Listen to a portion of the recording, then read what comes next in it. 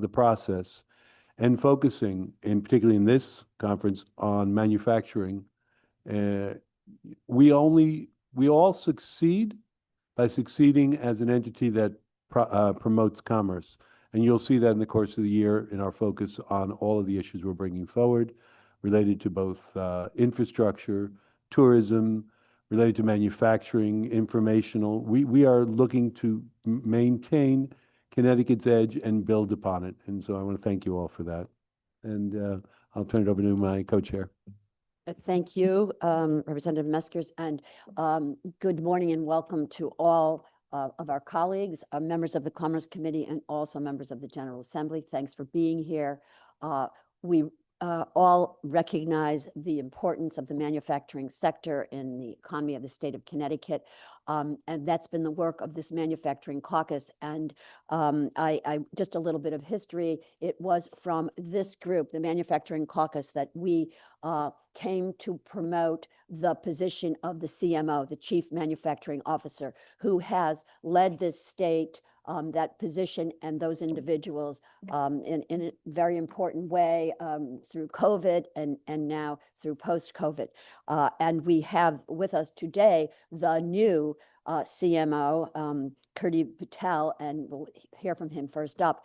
I want to mention, though, that we kind of got one-upped because we tried to schedule this so there would be no conflicts. And right now we've got OPM presenting their side of the budget. So we're all going to have to do a little catch up there.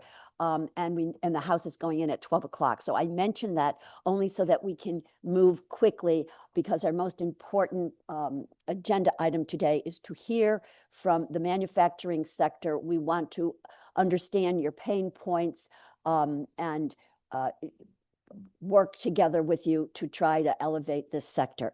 And so we've got a lot going on because of federal changes that are going on, and then the changes that are going on in the market and the labor market. So without further ado, thank you, Representative Meskers, and I turn it over to our Senator. Thank you. Thank you all for being here.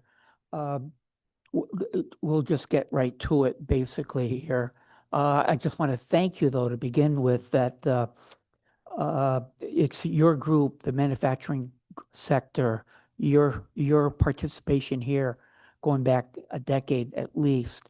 I know in my district in particular, hearing from the manufacturers, letting us know about what was happening to the workforce and how it was aging. And we needed to pay attention to that, in addition to the lack of skills that that you were dealing with at the time, that the students that had been done with their schooling, or perhaps going on to schooling and into higher ed, we weren't teaching to them, and we weren't providing them the education that they needed to address your needs. I want to thank you for bringing that to our attention. I'm looking forward to hearing more ideas to bring us more into the future. And I say that because you not only did you guys lead the charge in your business sector, but you've opened the door to other business sectors as well, particularly the trades and those students who may not be thinking about college in particular. But what you've done is you've opened the door to the educators and said, listen, this is what you guys need to do. And that is need to develop skill sets for the future workforce. And today we have various districts, school districts, that have developed career paths. And that wouldn't have happened without you guys being here. So I just wanted to thank you. I look forward to what you guys have to say today. And again, thank you. Well, the best part about speaking last is that I don't have to really say anything because they've said everything, and I'll just echo everything that they say. But again, thank you. It is very important for us as a committee to hear from the manufacturers because it helps us decide and kind of create a path about what we can do and what more we can do for you in order to help this facilitate, things in your, in your districts and works that you need to help. So it is very important to us to hear from you. And I can really echo the thoughts of Senator Martin as far as the manufacturing, section. My district, my town has 6 manufacturing companies, and I'm from Clinton. So you can imagine, you don't really know about it until you ask, until you talk about it, until you kind of, put a deep dive into your community and know what's there. And so it's important for us to be involved, to get involved, to have conversations, to hear from people, to make sure that, we're doing what we can do for you and for your industry. So thank you again for coming, and looking forward to hearing from all of you. Well, thank you very much. So without further ado, I'm going to invite Kiri Patel to speak to us. We'll engage in a question and answer period after each of the presentations. And I want to apologize to my colleagues on Commerce, but given the short time today, I don't think we're going to do general introductions to all of our members.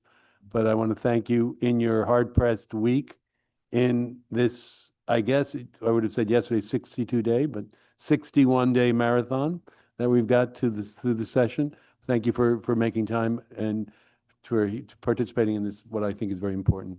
Without further ado, Dr. Patel.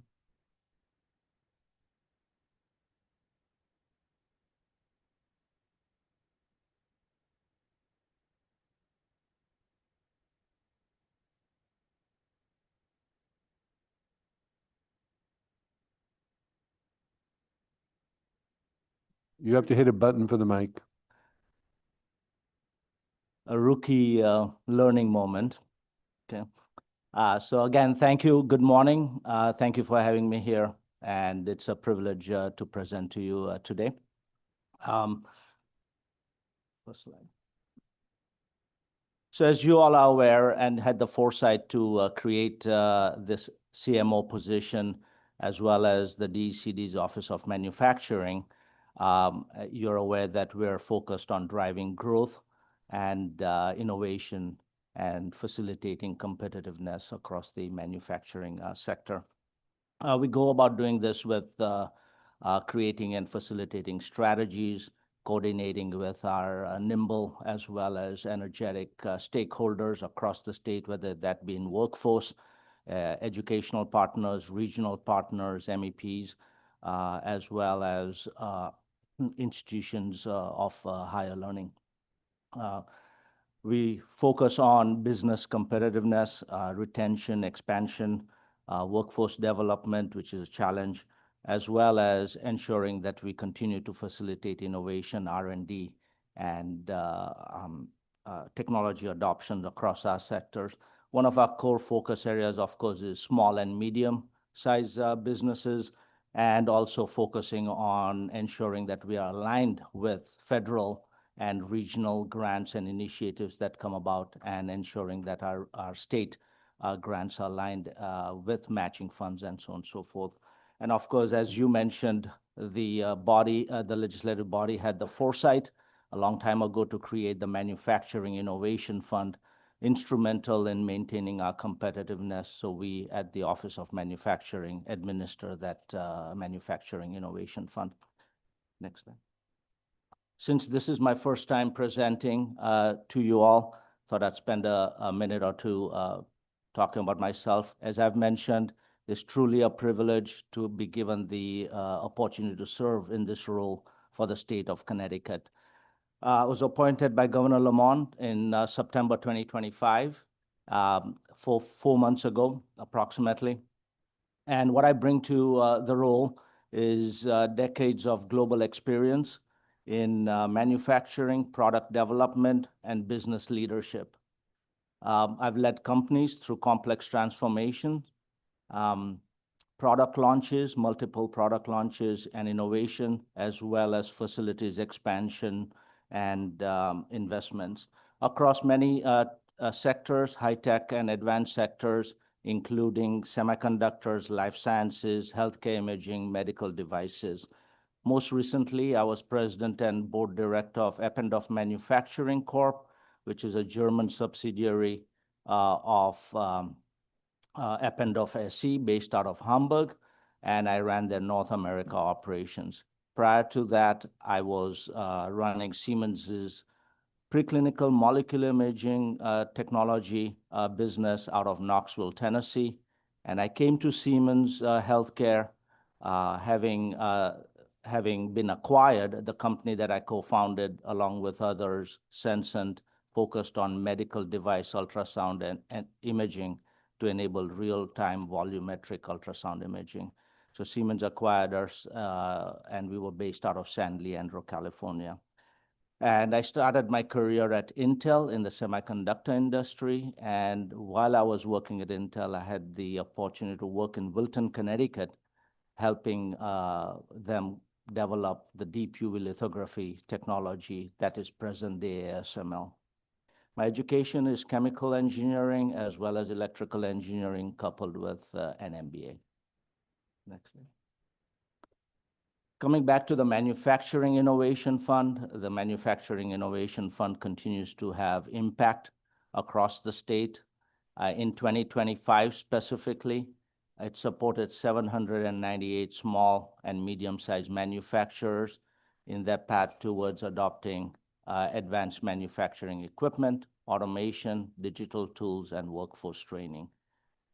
What's really great to also see that for every $1 of MIF funding, we've catalyzed private investment to the tune of $3.4 from the manufacturers, because the MIF funding was established to be a catalyst for those type of adoptions. It's really great to see that 3x investment for every dollar that the MIF expends. And also keeping an eye on the workforce challenge, we continue to invest in early awareness pathways for ensuring that you build early awareness for STEM pathways. And in that regard, over 10,000 students have been touched, sponsored through program grants, whether it be in robotics, manufacturing, career roadshows, or Connecticut Invention Convention. Next. Next slide.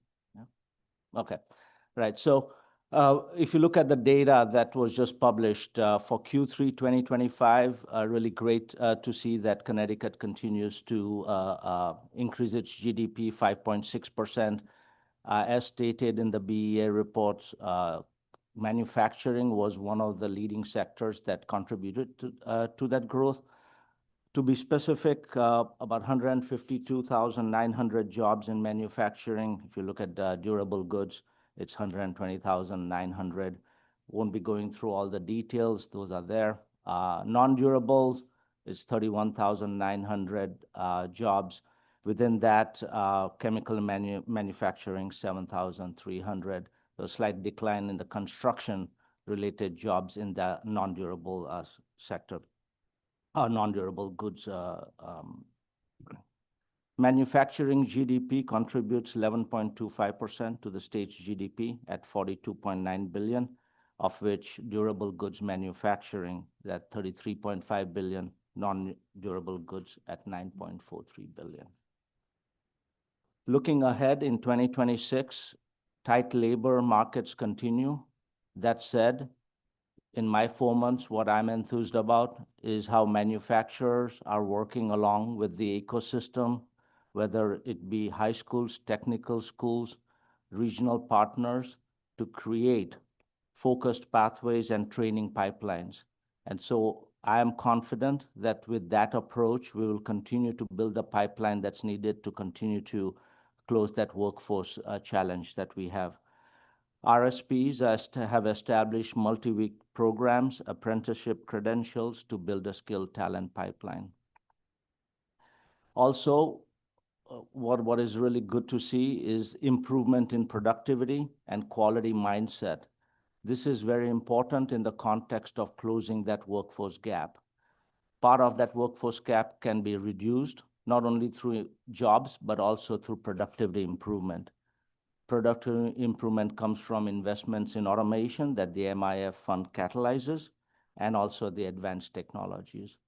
This also ensures that there is collaboration on the shop floor between new employees that may be more savvy in the context of software, programming, and so on and so forth, coupled with our more experienced workers that basically know the process technologies that are required for advanced technologies. We're also looking at continuing to lay the groundwork for increased adoption of applied AI. In order to adopt applied AI, you need the digital building blocks. By digital building blocks, we mean digitization of documents, processes, and so on and so forth that may exist, but also digitalization of that digital data across the operations. So that's something that we will continue to focus on, because those are 2 or 3 key elements that we need in our manufacturing base, so that they're well prepared to use that data then to adopt applied AI. We'll also continue to focus on supply chain resiliency through onshoring and expansion where opportunities arise, as well as focusing on some of the regulatory aspects related to our defense base, for example, CMMC 2.0. With that, open for questions. Well, thank you very much. Let me take the advantage of my position in this meeting, as chairing the meeting. I know it's early in your mandate, so I'd like your thoughts in terms of or consideration on the educational system. I'd like to make sure that we've got the right nexus in terms of support, including, from the point of view of state allocation of resources for the career paths, because I want to make sure that, we spend a large amount of financial support to UConn and to our community colleges. I want to make sure that we're creating pathways for the right careers. I don't know if you've made some comments already. Have you had, or are you planning on any directional studies about the educational process as it relates to manufacturing? Do you have any thoughts on that? Right. Currently, we're not planning on looking at developing certain strategies related to educational pathways, because the existing ones, at least from my 4 months in the job, seem to be working quite well. Mm-hmm. That said, there is an opportunity to continue to increase the awareness of manufacturing pathways as a career at the high school level.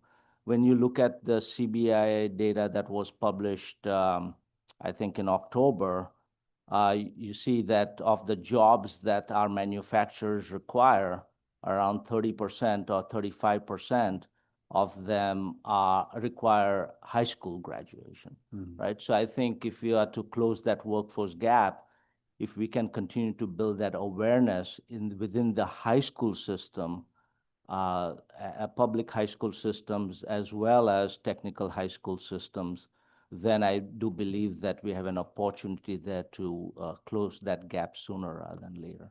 Okay. And the second question or comment that I have is in relation to, you mentioned about grants and partnering with the federal government. Your thoughts on whether or not we are adequately supporting on one side, our level of expertise and assistance to small companies in the application for grants, and whether we should be doing more to attract federal dollars in the grant writing exercise? And are we appropriately targeting matching grants when we find the right technologies and the right companies that qualify for federal grants? Are we stepping up and supporting them adequately? I don't know if you've had a chance yet or what your thoughts are on that. All right. On the first question related to, are we supporting our manufacturers to apply for federal grants? To date, I haven't dug into that specific aspect of how many manufacturers taking advantage, but I do know that in the context of a broader federal grants like like NIST, as well as other grants related to the Department of Defense, where they are looking for autonomous technologies of federal aviation's looking for grants. We're doing a very good job through our institutions, right? And then the state provides certain matching funds to the institutions, but within that is also collaborations with our manufacturers in the state. So I think that's how manufacturers are interacting and taking advantage of the federal grants as well as state matching grants. And I like that approach in the context of, I think, if you basically have an institution-driven grant application and they bring about certain manufacturers that are critical to that grant, that actually reduces the overhead for manufacturers to start individually applying for federal grants.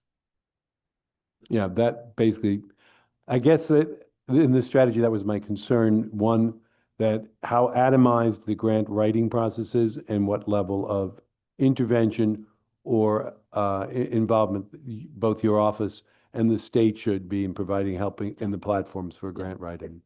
Or so that we, because the programs change on a regular basis.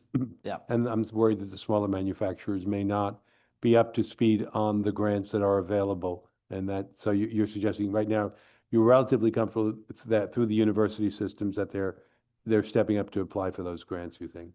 Yes, and also within the Department of Economic Development, we have a department that focuses and keeps an eye on upcoming federal grants. Okay. And so I think we have a fairly good view of grants that speak to Connecticut's core competencies and the core competencies of the manufacturers in the state. Thank you very much. Sure. Turn it over to my co-chair. Thank you. Thank you, Dr. Patel. Just to speed talk here, because I'm kind of watching the clock. First of all, and Bree, if you could share the slide deck with the committee members and then anybody else who is interested as well. And Dr. Patel, so I'm just going to put a few things on your radar right now because this is very early and we're beginning to start this work, and that is the wait lists at our Connecticut technical schools. We've got kids who want to get in there and they can't get a seat. We've got to figure that out. So I'm very interested in what the proposal would be, because that addresses the workforce and a lot of other things that go along with it. And then next, I'm interested in your conversation about applied AI, because we are going to be talking about that here this session. And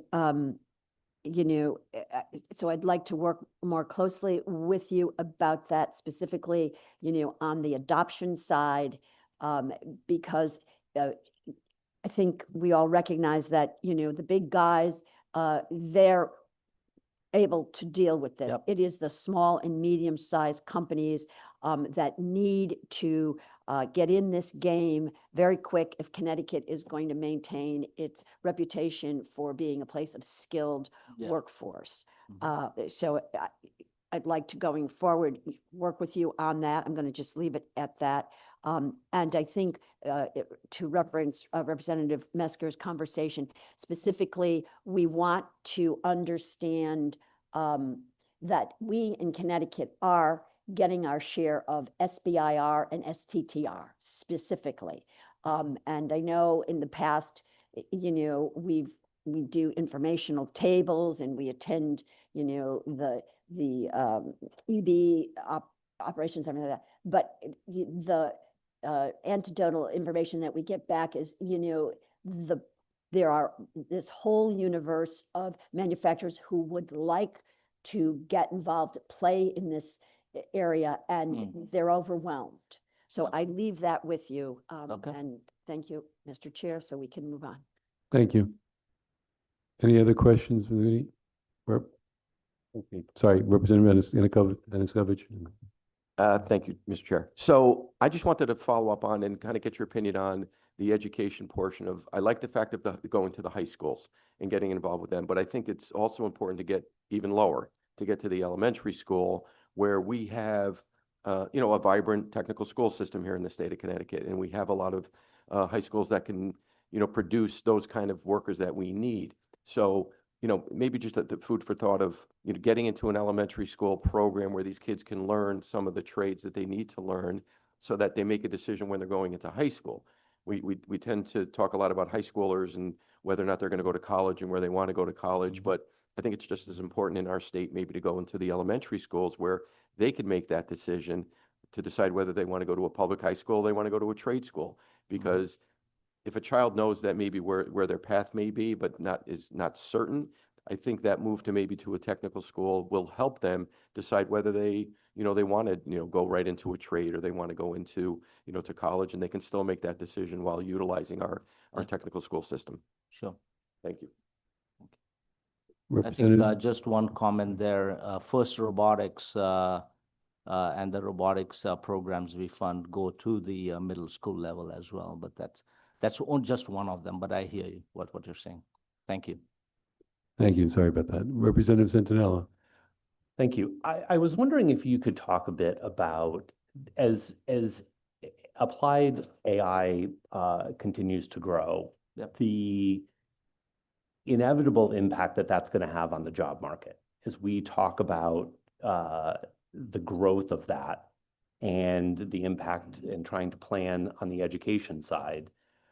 Where does that nexus where AI is inevitably replacing the need for the need for a manufacturer to hire because that job has been replaced by artificial technology, and how is the job environment, how's the marketplace going to change in manufacturing? I know it's changing in every other sector as a result of that.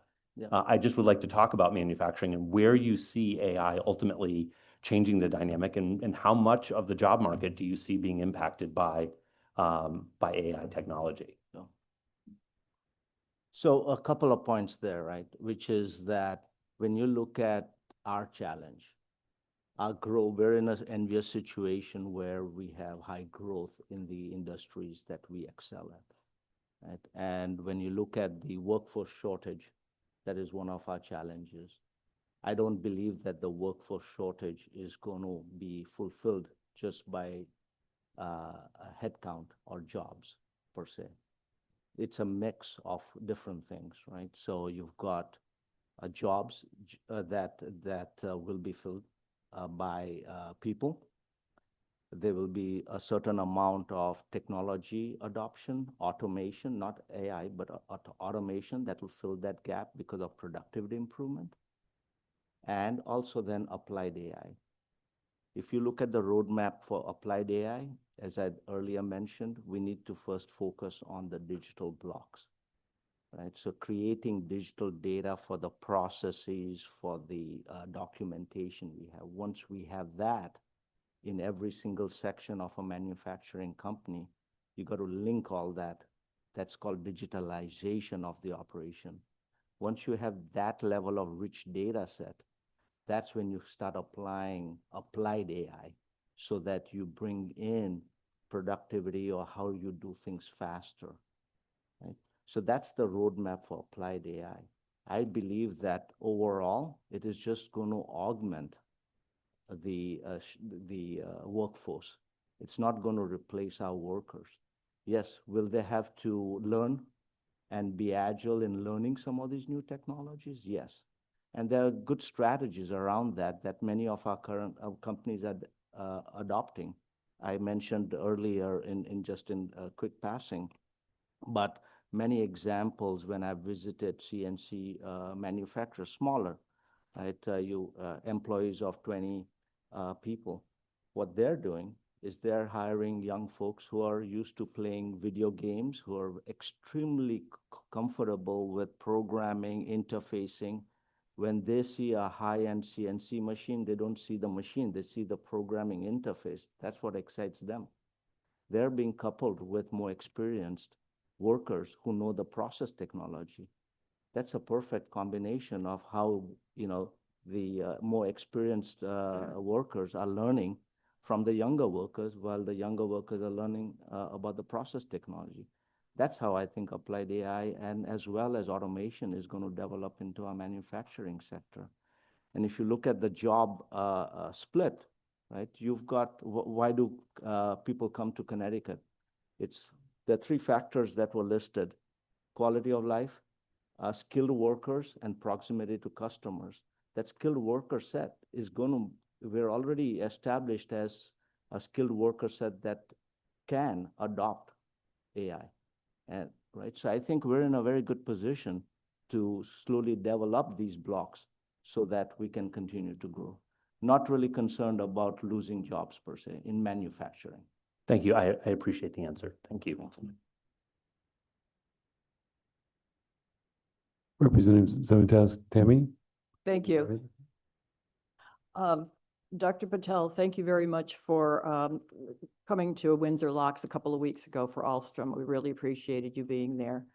I have a question. I recently put in, like in the past week, a letter request to the Education Committee for a potential pilot program for K-8 career preparation for manufacturing, a special program, which would be, we did ask for North Central Connecticut since we do have a strong aerospace base there. I was wondering if that's something that you might have interest in following up on, to have a chat with me as well as the members of the Education Committee. Because I think it's probably not going to happen this year, but I think it's worthy of opening the discussion to see what the needs are in different areas of the state. Yep, And, I look forward to it. Okay, yeah, I will follow up with your office, and thank you very much. Sure, Thank you. Thank you, Representative. If there are no further questions, I'll refer to my co-chair. Dr. Patel, if I might, just one last conversation about this AI adoption.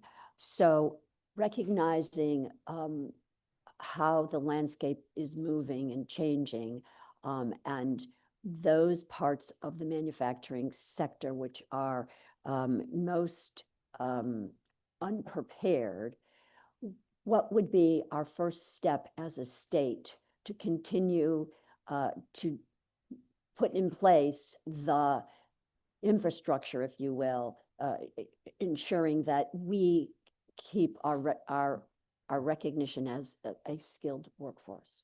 Yeah. So we recently started a discussion with the MIF Advisory Board on that very topic. What we first need to do, and this is a path we're developing and the strategy we're developing. I'm sorry, the MIF board, you're saying? MIF Advisory Board. Yeah, okay. And so we just had that session in 3 weeks ago. And one of the topics of discussion was specifically, do we have visibility in the context of AI readiness, AI adoption, and so on and so forth. So one of the approaches we are planning to take is how do we increase that visibility in the context of the manufacturers, small manufacturers, medium-sized manufacturers, manufacturers with less than 25 employees, segmenting some of those data, some of that data first. Based on that data, we would try to then understand what type of strategies we need to put in place. And to your knowledge, are there any other states that are have been or are building this kind of infrastructure that you know of? I'm not aware right now, but I'm quite certain that they are. And so that's something that we also need to review and learn from. Right. Yeah. Okay. All right. This is to be continued. Thank Yep. you. Thank you, Doctor. Thank you, Mr. Chair. Thank you very much. That concludes our conversation with Dr. Patel. Thank you very much. Next you. up with Paul Amaroni from CBIA.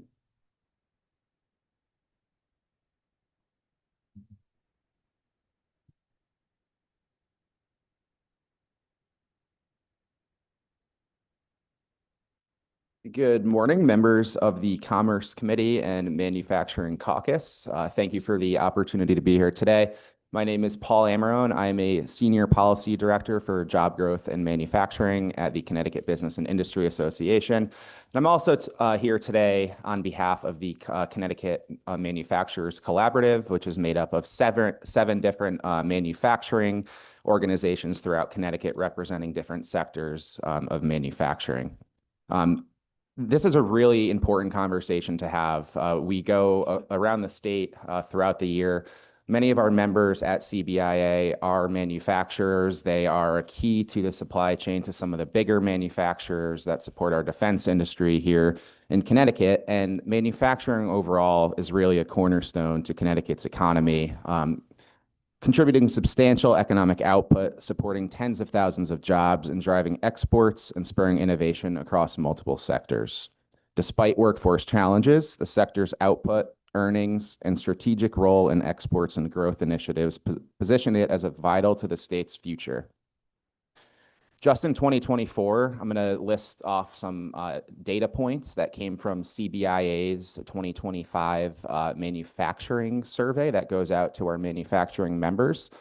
Connecticut's manufacturing sector in 2024 generated more than $34 billion in economic output, which accounts for 12% of the state's total economic output.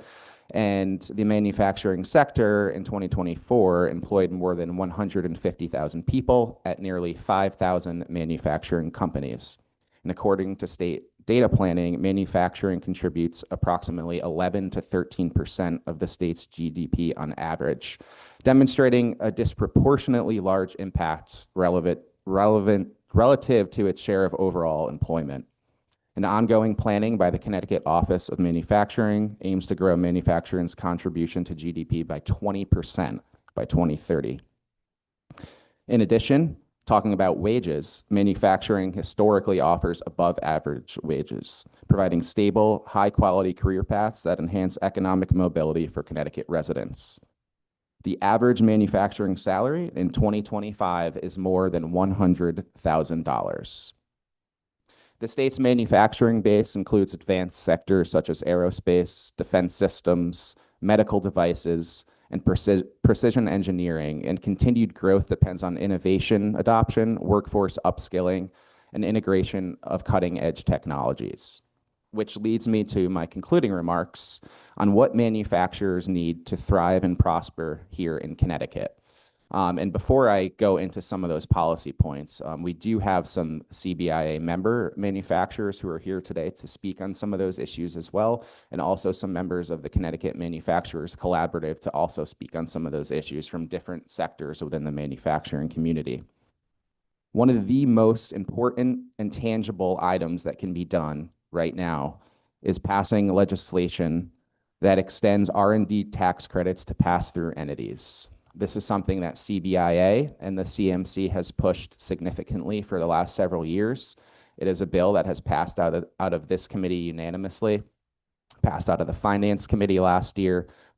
We do believe that this is the time for small and medium-sized, not just manufacturers, but pass-through entities in general, to be on a level playing field with corporations who are able to take advantage of R&D tax credits right now. We were very pleased last week to hear Governor Lamont at our Economic Outlook Summit at CBIA to talk about his support for R&D tax credits for pass-through entities. And we were also very pleased yesterday in the governor's budget release to also see a significant emphasis on supporting R&D tax credits for pass-through entities. I know Curdy was just talking about modernization, digitization, implementing AI. These are small and medium-sized companies. They need to have the capital to be able to do this. They already operate on very thin margins, giving them the opportunity to invest in their workforce, in their machine, in energy efficiency, in grid reliability, in supporting their employees' workforce development, climbing the ladder within the company and keeping employees there for a long time. R&D tax credits being extended to pass-through entities will certainly do that, and I'm sure you'll be hearing more about that today. Another piece of legislation that doesn't necessarily go through this committee, but certainly has to do with manufacturing is healthcare, right? We talk about healthcare regularly. The small group market in Connecticut is dwindling. It's one of the top issues we hear from our members at CBIA, not just manufacturers. For the last 2 or 3 sessions, we have had conversations about passage of association health plans, which would give a lot of these small and medium-sized companies the opportunity to pool together to have better purchasing power and to keep their employees long-term. A lot of these small and medium-sized companies are losing their employees to bigger companies that can offer more competitive health insurance packages for their employees and their families. We look forward to having the conversation about association health plans as session moves along. Something else that manufacturers specifically really talk about often, and I'm really glad to hear that there were questions from the committee and responses from Curdy on this, is what we're doing in our schools. Here in Connecticut, CBIA right now is part of a working group with the Connecticut Education Association and several other partners, including the CTEC schools, on making modifications to the state's School Accountability Index. The School Accountability Index is essentially how each school district in the state is graded and scored. Certainly has an impact on people moving to the town, sending their kids to those schools. But a lot of the schools in Connecticut are not incentivized to offer CTE programs or advanced manufacturing programs within the classroom. And that could be a reason why, Senator Hartley, you do see some of those wait lists at the CTEC schools, because some of the comprehensive schools actually don't have the programs that a lot of these students are looking to take advantage of. So we are encouraging this working group to come out with recommendations that do incentivize school districts to offer more courses for students who might not be going to college or who might be interested in a career in manufacturing. So that is certainly something that will require legislative approval. It might not be this session, but it's certainly something that is part of the conversation right now. And just in the interest of time, there's one other thing that I might mention that, again, not necessarily something Commerce Committee related, but certainly something that manufacturers would benefit from. And that's agency regulation reviews. Right now, Connecticut is known to have, as a state, somewhat of a difficult regulatory environment. So we are at CBIA and CMC looking for employers, especially small and medium-sized companies, to have a little bit more predictability when it comes to what they need to comply with and how they need to implement new laws or new regulations that come through. So we are supporting legislation this session that will require a more detailed kind of reporting from agencies to the state on what different regulations that have been implemented over time are costly, are outdated, are overly burdensome for employers and for state employees who are administering those programs. So I just wanted to touch on a few of those policy areas. I know I'll be back in this committee testifying in support of some of these policy initiatives. And again, we do have some CBIA and CMC members here as well today to speak on some of the areas that I touched on. But with that, I'm happy to take any questions from the committee. Thank you for testifying, Paul. I'll just make 2 observations. The first on the Association of Healthcare Plans. I sit on the Insurance Committee as well. We're strong advocates of trying to do something with Association of Healthcare Plans. I think we need to have a robust conversation. I would direct that as well to the audience and to our previous and future speakers, to have that assessment coming from all of you to your representatives would be helpful in aiding for advocacy. I think we really need to look at how we support our small businesses, and Association of Healthcare Plans and that pooling of interest, I think, is the first step. A more aggressive step, and I've had this conversation directly with CBA, is whether we should consider any kind of a stop loss, with some support through the state to provide a competitive and comprehensive insurance coverage plan against some of the bigger players, so that you can get a level playing field on the recruitment process, because that insurance and health insurance is not going down in the United States until we have some serious adjustments in the process. So I just wanted to let you know you have my support there, but I encourage you there to deal with that. Your last comment, there's no doubt that regulatory reform is always is an ongoing issue, and we need an ongoing effort. I think what would be helpful with CBA working as a shield, and I mean a shield to provide anonymity, would be to deal with certain process and issues where through intervention, some of your larger players get their issue resolved. Because one of the things I find is, as a state representative, is that we aren't good in process reform. So that when I deal with individuals with our agencies or with companies with the agencies, if we are and all of us as representatives and senators, we advocate and fix the problem for the individual or the individual corporation to get something done.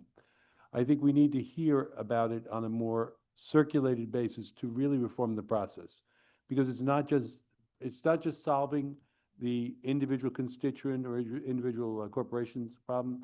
It's reforming the process that's important, so that we're not on Groundhog Day next year, same problem, same advocacy, a solution for the day, but not on. So I agree we need regulatory reform, but it might be good to know where intervention has led to a solution, but the process hasn't been fixed. I think that gives us more teeth to really work on, dig in, and reform those processes. So I'd ask you for that. I don't have any other questions. I want to thank you for your testimony. I'll turn it over to my co-chair. Any questions? Thank you, Representative Meskers. But thanks for being with us, Paul. So first of all, let me just say the CMC, that has helped our lives so much, because previously we had, all of the various associations, and we were trying to reach them, also talk to them, but also get the common denominators. And, especially in short session, times are limited, as well as, what our priority list should be. So thank you for that. And it's very important that organization continues, because it speaks with one voice, and that makes you all so much stronger. Just refresh my memory on the R&D. Yes, we have put that out of this committee. Where does it get stopped? Does it get stopped in finance? Does it get out of finance? Is that the problem? Yeah, so last session, I actually believe it was passed out of finance, and then it died as a bill in general. But in previous sessions, it dies in finance, and it's because of the fiscal note typically. Yeah, right. And have we ever been able to crystallize that fiscal note? I know there's been a lot of conversation back and forth about, well, we really don't know what we're. It was capped at 5 million last session. Yeah. And this session in the governor's budget, he has it capped at 25 million annually. Well, we really want to continue to give voice to that and push that forward. You're talking about the manufacturing sector. It's also one of the initiatives for the bio sector.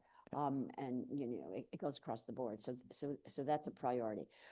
Okay, talk to us about the agency review thing. So, I have the lens also from regulatory review, and we also did in this committee a change to try to require, and I'm not remembering the specificity of it, but to require that the analysis that is done that goes to regs review is more accurate. So yeah, just and that specific. and we were very supportive of that bill last year, and we thank the committee for seeing that through and seeing a unanimous passage. That was one of the manufacturer's top priorities. This is looking at agency. Can I stop you there? Yeah. But you haven't been able to assess the benefit of that. Not yet. It's too soon. The bill, the policy that I'm specifically talking about is requiring all state agencies to provide a more robust and detailed kind of overview of all of their existing regulations within each agency. I believe right now it's every 7 years or so that they have to submit a pretty detailed analysis of every agency regulation. We are looking for that to happen more often. And there was a bill in government oversight last year that passed out of the committee pretty unanimously that just wasn't called for a vote. So We hear constantly that there can be better streamlined systems within agencies, from agencies themselves, from the business community.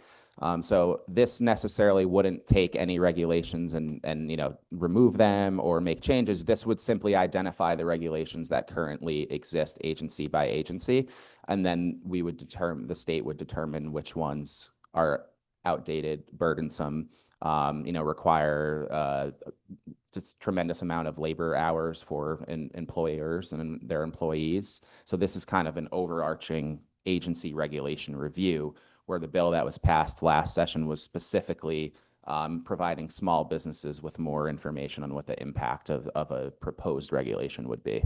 Okay, so this is not law revision, okay, this is regulatory. And so I'm just thinking of this whole conversation, which probably got us a good fiscal note on it for what it would do. How about narrowing the focus? I mean, so what agency would be priority one? Is it DEEP? It depends who you ask. I know that a lot of the business community regularly is working with DEEP or DCD, Department of Labor as well. But I think depending on which sector you're talking to, they'll each have a different answer. But in 2024, when we went around the state doing our economic kind of forum, roundtables throughout each corner of the state, one of the biggest concerns was, just outreach to agencies, timelines on permitting. So that can be environmental, that can be economic development, whatever it might be.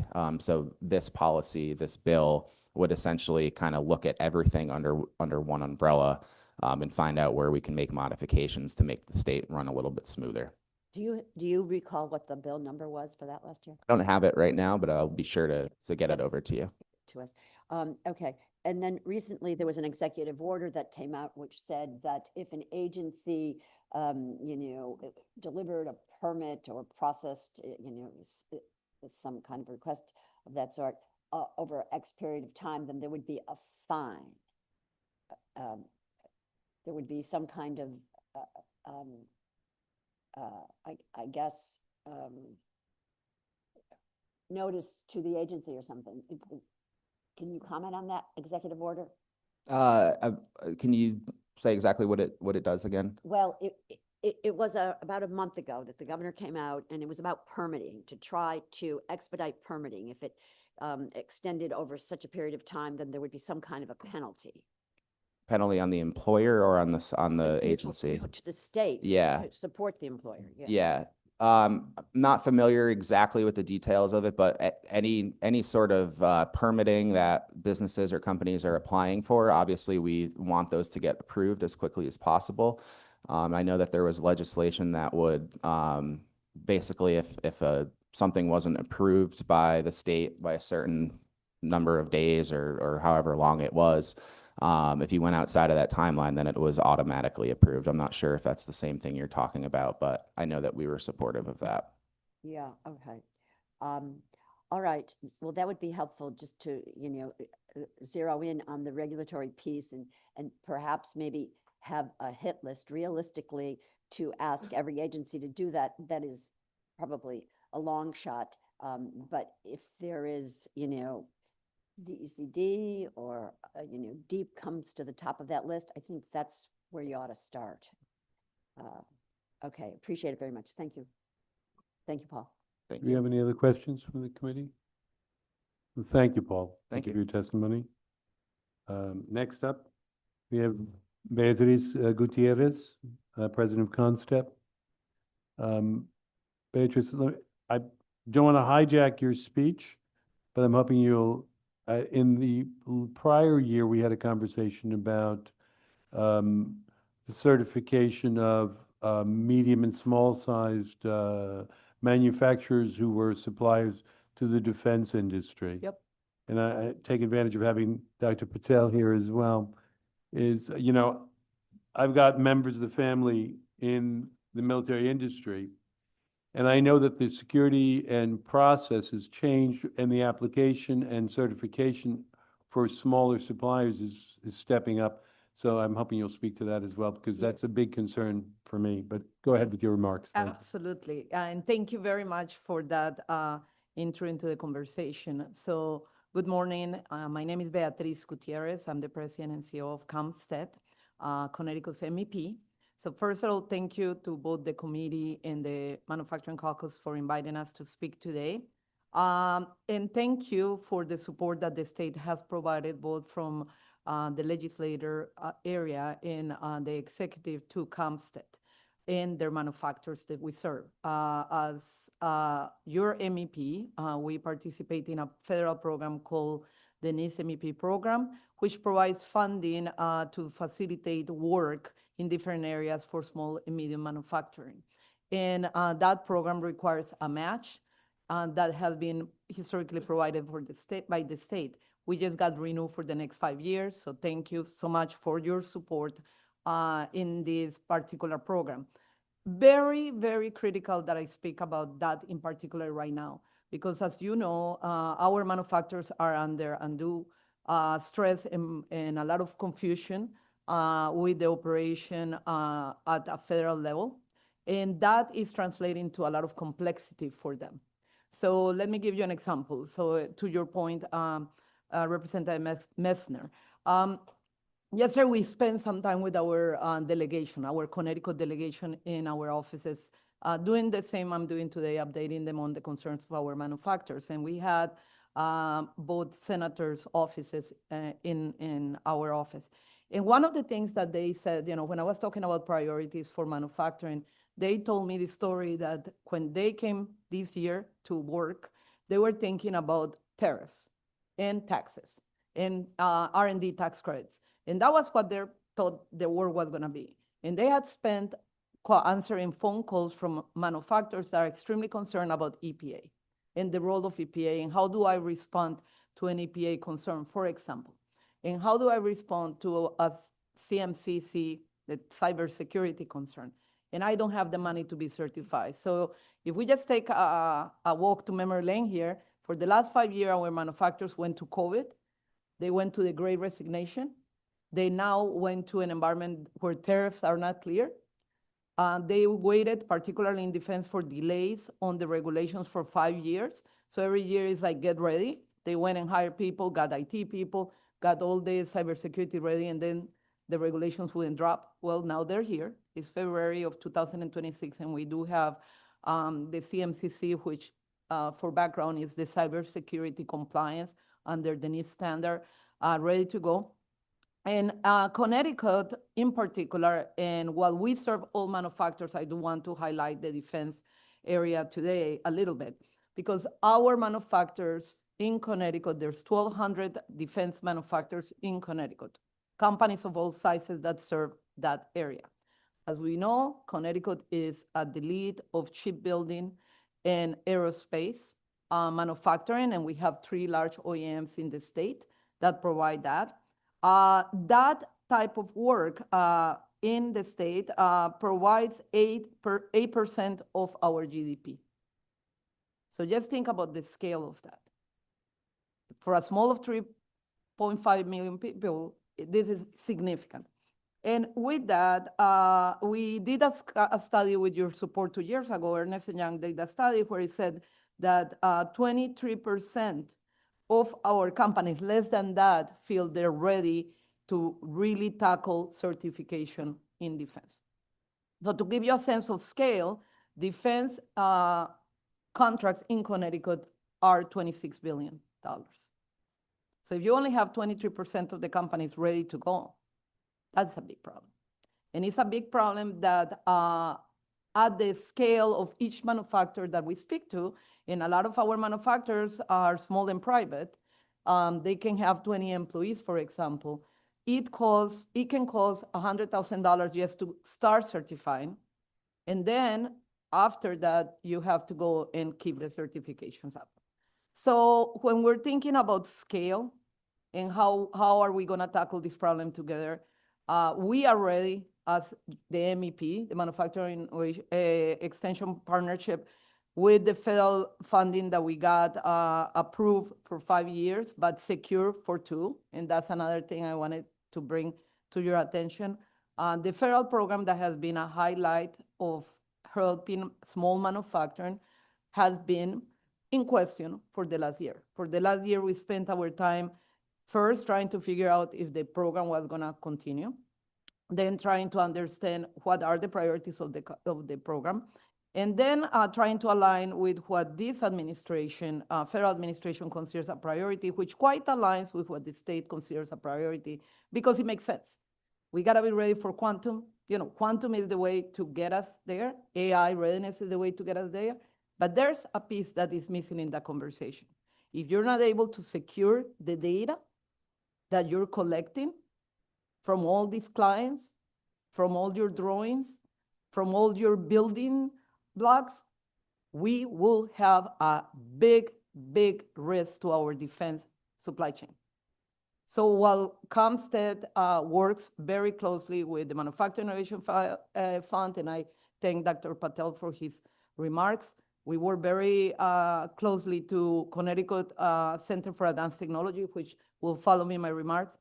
We need to get these manufacturers ready to be playing in that market. And I just want to make sure that we understand how difficult that work is. So for example, to the work that we did in the last 5 years, CompStat can report that we supported 2,994 jobs in the state. We also supported a contribution, a GDP contribution of $423 million. And most importantly, these manufacturers, through your support of this program and then through their work, were able to contribute $20 million of tax revenue to the state of Connecticut, plus $69 million of federal tax revenue. If these manufacturers are not able and get ready to compete in the market and state and provide a strong and resilient supply chain, there is a significant risk to that. So I totally agree with the people that precede me and with you. AI is a big challenge. Workforce is a big challenge. We have to be ready. But these manufacturers today are living in a lot of uncertainty that prevents them from really risking the funds to go and invest in these technologies. And who would? I'm a company and went in 4 years ago, I said, I'm gonna go cybersecurity ready. And there were funds available through the MIF to support that. But it's not funding at 100%, which is fine. Clients should have skin in the game, we know that. But when they go there and they said, okay, I'm gonna get ready, and I put $100,000 on doing this, these are companies that may be $2 to $3 to $5 million in revenue. That's a big investment for them. So they put the money, and now it doesn't happen, and now they're saying, how are these tariffs gonna affect me? Do I need to get certified by EPA or not?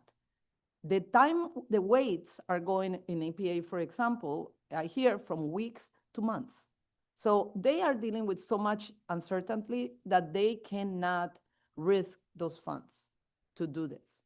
So what I'm, as an organization, we're very excited to work with both the ECD through the Manufacturing Innovation Fund and with the ECD, also with our federal partners, is to focus, while we will be, as always, the first place to stop for manufacturers with questions and with needs and with services. We feel this is our responsibility to really tackle this defense supply chain first, because there is not only the manufacturers that are in it directly, GKN, RTX, it's all the companies that provide services to that.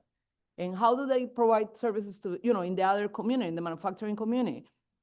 Let's remember that when we always think about the manufacturers, which is what I'm here today and what we CompStat are passionate about, there's also the catering systems. There's also the recruiters that work for them. There's the people that clean those factories. So when those little factories in a little town in Connecticut go down, they take with them their community. So to your question, what are we doing? We are proposing that CompStat acts as in two ways. First, as a facilitator of this process, to your point, and I think we talked about that last year, you can help one company at a time, but we need a process. And we need a process that lowers the levels, the entry levels for companies to compete in it, that allows companies, we have been in for 4 years providing awareness. We need to move from awareness to assessment so we can, in Dr. Patel's words, get a better understanding of how many, what do they need, and then where there's areas of gap and risk, we need to bring our joint resources, funding, know-how, and then consulting experience, and third-party work, so we can scale it to really get us to a point where we can tell you, hopefully in the next 2 years, that we are ready and that our supply chain is ready, because it's not. And that's one area. The other area that I wanted to very briefly touch on is when we talk about quantum, we all know that one of the areas of concern with all these data centers is going to be energy use. And our energy cost is extremely high for our manufacturers. It's one of the areas where we feel that we need to work together with you, both at a federal and state level, to really help manufacturers. One of the things we are doing at the federal level with our partners, particular Senator Blumenthal and Congressman Larson, is they were able to secure some funding to get us back into providing solutions on fuel cells. Connecticut is a lead fuel cell provider. We are we can say the Silicon Valley of stationary fuel cells in particular, but also we provide fuel cells for air, underwater, and ground. And this technology that we're leads on can provide a very cost-effective way to bring a lot of energy. We're not a state with cheap land where we can build these huge data centers. We're a state with cost of energy, but we're also a state of innovation with, I will say, the smartest mind and the smart companies in this arena. So we are working really closely right now with the Fuel Cells Coalition, getting them ready and getting understanding of their needs. And then also looking at how we're going to be able to bring solutions through CompStat and our understanding of the market into this particular area where we think we can provide a lot of growth for the state. So with that, again, thank you. Thank you for your continued support. These are interesting times for the state and the country, but we're ready to tackle them. And I think we have the best people out there to do that. Any questions? Thank you very much for the testimony. I guess I led you in on the conversation. I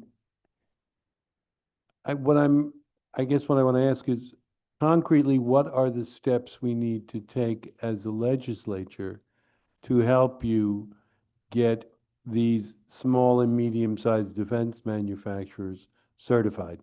So, and thank you for that question. I think there's 4 areas where I think your support will be critical for this work.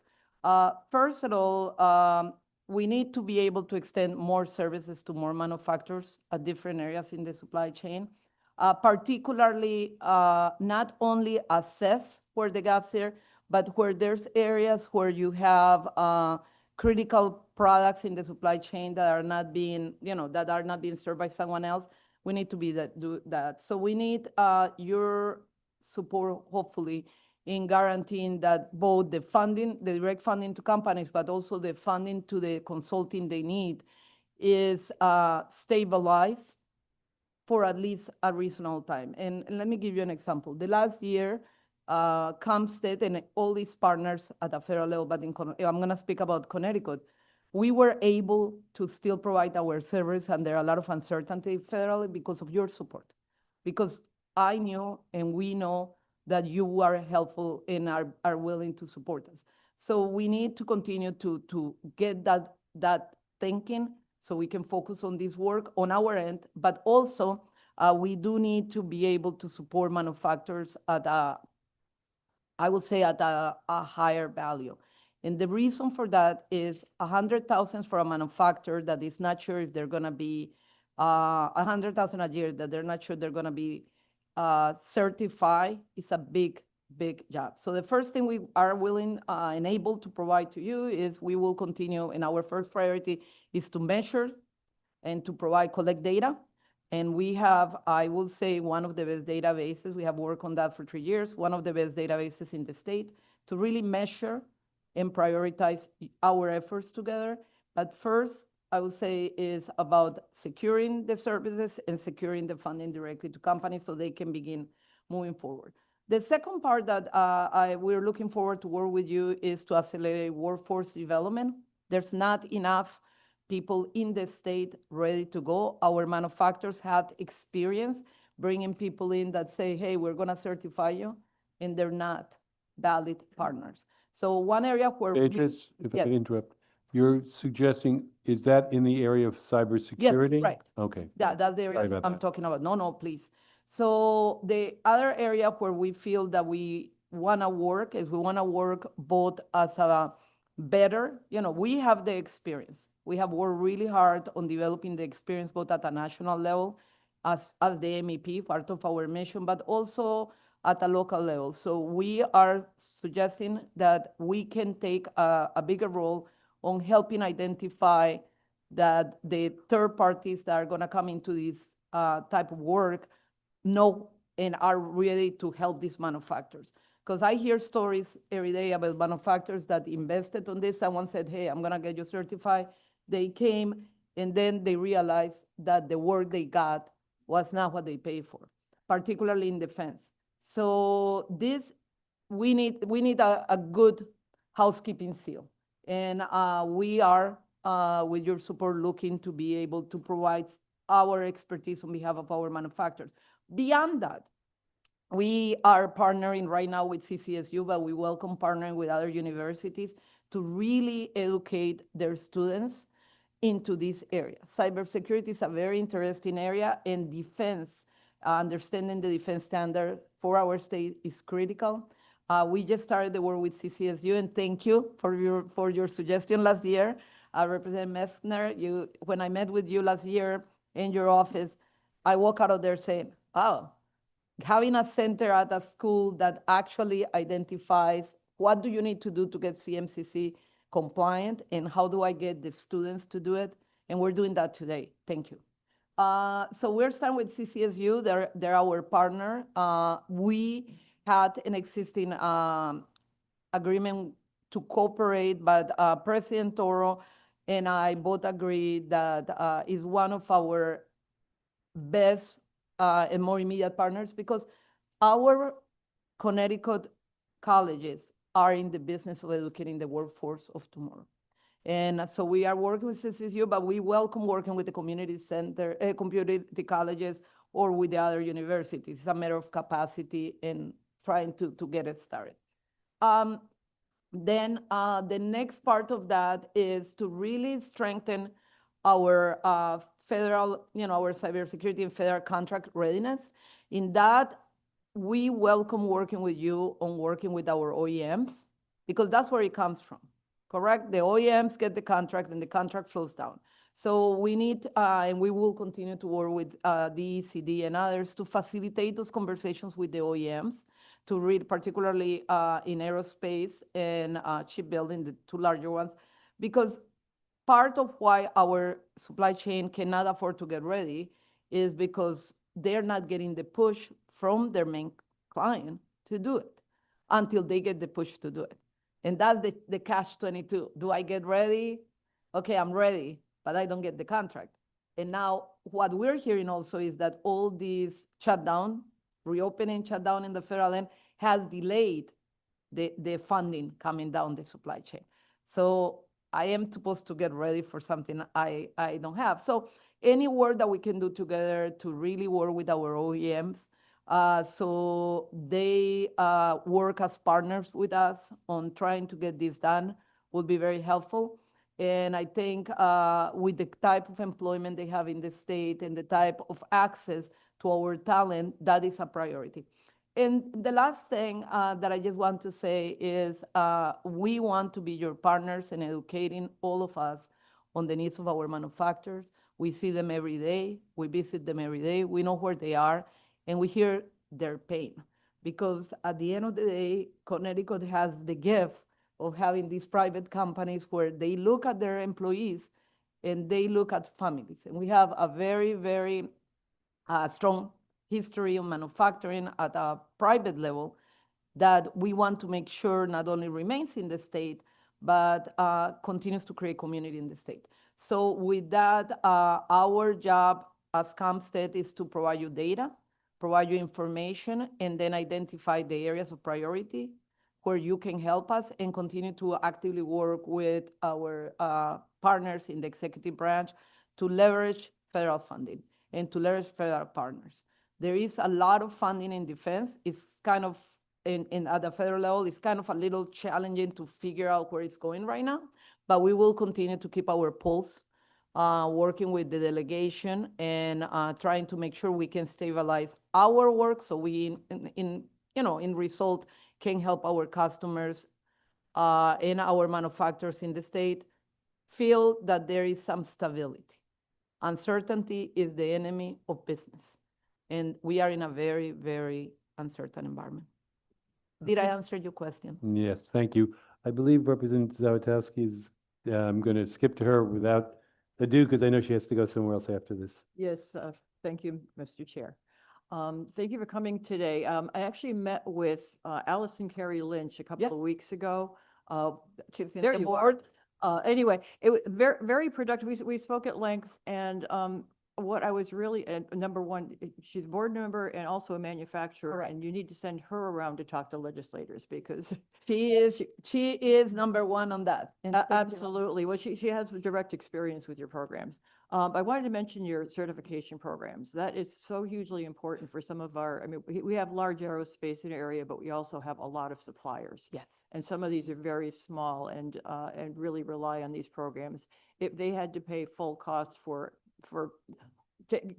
overcoming the learning curve, it would be a serious issue for them. It's even though they are still paying you to do this, it's at a much better rate, and it's a really important service, and especially the security ones for defense. So I just want to say that Thank you need to send Allison around to go talk to people. She is one of our biggest supporter and also like a secret weapon. Yes. So that is one thing with our program that I just want to make you all aware. Our program on a federal level requires 51% of our board has to be manufacturers. Mhm. So you have us advised by the people that are out there doing the job. And as it should be too. And it should be. Yeah. And it should be. And we're very proud that we have had such a wonderful engagement with them. We are further engaging now to the Manufacturing Coalition with CBIA, which I think is an excellent way to collect that voice of the customer. And that's why we prioritize the idea of really finding where these manufacturers are. Because I gotta say, even coming from public service, I was always surprised how minimal data we had as a state. And once you know where they are, you can help them. So we're, having companies like Allison's, Carey Manufacturing, or Burke Manufacturing is also on the board, gives us a sense of scale that we can compare with. For example, we also have ASA Abloy. We are very, very not only committed by mission, but also very careful that we don't fall in the trap of thinking there's 3 large manufacturers, 4 in the state, and this is great. No, there are 2,000 manufacturers that do this work every day for this area, and thank you. 4,000 in total. I have to be out the Yeah. door, but I also want to express, a Representative Piscopo who had to leave, wanted to express his thanks. Apparently he approached you with an issue. You got right back to him, and he still wanted to say thank you. No, thank So- you. And thank you for the indulgence, Mr. Chair. Absolutely my pleasure. Since I started the right way the second time I introduced you as Representative Zawitowski, I want to apologize for the first. Someone said Tammy to me, and that's why I went that way. That's my own fault. I am fine with that. And actually, I should probably, I'm Tammy Zawistowski. I represent Suffield, East Granby, and Windsor Law. Thank you. Thank you, Representative. Any other questions from the committee? Okay. Yeah, we're going to go on now. Oh, sorry, Senator Martin.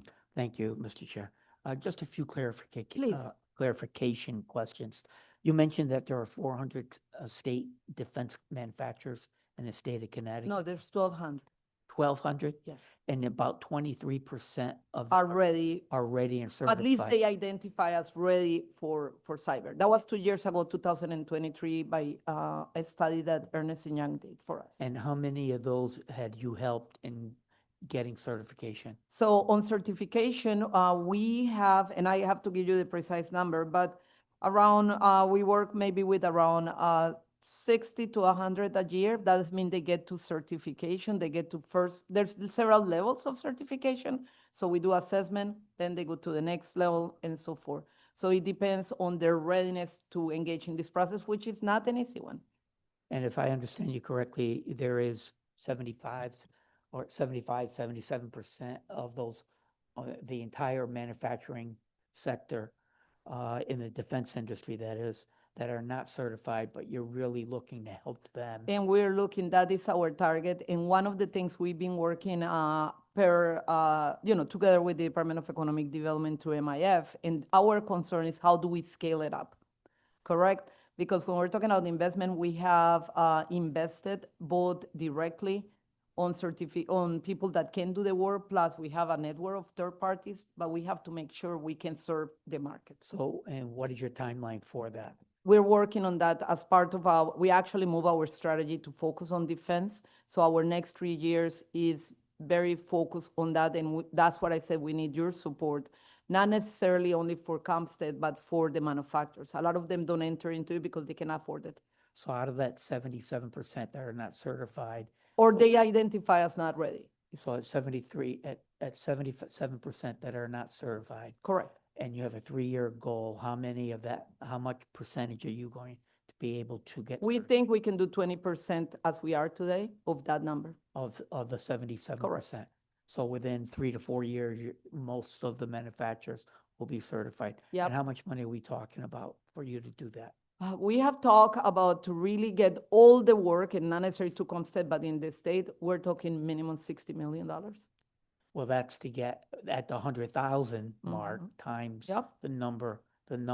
Are you- The last to help- proposal we put for the Department of Economic Development was $2 million to get the work started. So, okay, so that I'm clear, there are not 400 manufacturers, there are 1,400?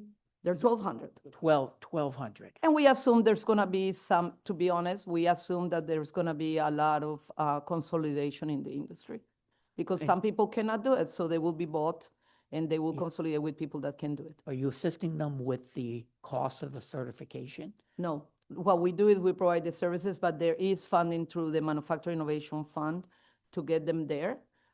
It is just not at the level that will subsidize half the work, let's say, as other programs. They get I think it's 10,000 in the first part and then 25 for this part 2. So that gets a manufacturer $35,000, but it's a match. They have to come out with the other 35 to 70, and we're talking maybe 100 a year. So they're still in the red. Okay, But I have to say, in the last year or 2 years, the Manufacturing Innovation Fund advisory, they work really hard on moving that number up. It used to be even lower. And the reality is the demand wasn't there. Customers just didn't prioritize it. Now we have moved to get to the second level with getting the 35. But I know, because we work very closely, that the Manufacturing Innovation Fund in particular is really working hard at trying to understand how do we scale this up. And we present our proposal, they have given us some feedback, and we'll continue to work together on trying to scale it back. okay. So I just want to be clear on the number. Yep. As to what you're going to be asking for from us, and that in order to scale up, we're talking about maybe 1,000 or 800 manufacturers to scale up here. Yep. And that's probably a cost of like $80 million. Yep. Just for the certification process. Yes, for And certification. we're not helping them do that. We're not helping them fund them. You may be assisting them in getting that $100,000. They, as I said, much they can money get would- funding, a little funding, but yes, our work is not subsidized. To help them get certified, how much are you going to need every year? you say 3 to 4 years to get this work done. How much are you going to need? That is a fair question. I'll gotta get back to you with real numbers. Okay, thank you. There was no further questions, I think. Oh, go I ahead. just want to say Coach, thanks for thank- being with us, Beatrice. And yeah, what we need to do is kind of crystallize Absolutely. what these priorities are very quickly. Yep. So if you can, give us that in a very, focused top Will do. priority, yeah, I'll prioritize that. that's- Thank you. that's what we would need. And then you said something about the fact that, okay, so you're certified MEP for 5 years, but secured for 2. Are you referring to the state match? I'm referring right now to the federal match. Just very quickly, the program itself was basically eliminated in April 1st of last year. That was not, the reasoning is it's not one of the it doesn't align with the priorities of this administration at the federal level. We, together with our association, the MEPs have the American Small Manufacturing Coalition. So we work really hard with all of you and also with all our companies to bring back the need for this program at the federal level. And after much back and forth, They dialed back. they dial back, and they dial back in concept. We're going back to what the program used to be. So for starting July 1st, which was our 5-year contract, we had approved to be an MEP, but we were not able to draw funds until December of this last year. That is a lot of uncertainty for us as an organization, but most importantly, for our customers. So the match is coming from the state, and we're working very closely with the ECD. We are very grateful to both the ECD, Commissioner Dan O'Keefe, and to the governor for their support to the match. And when we apply, the support is being aligned there with the grant. But it's been very uncertain times. That's all I'll say. Okay, but for now, we're For okay. now, on the federal level, we should be fine until 27. Okay. All But right. we'll keep you posted. Thank you. Thank you. Okay, thank you very much for your testimony. Next up. Thank you. Yes, next up, we have Andrew Bond, Executive Director of CCAT, which is the Center for Advanced Technology.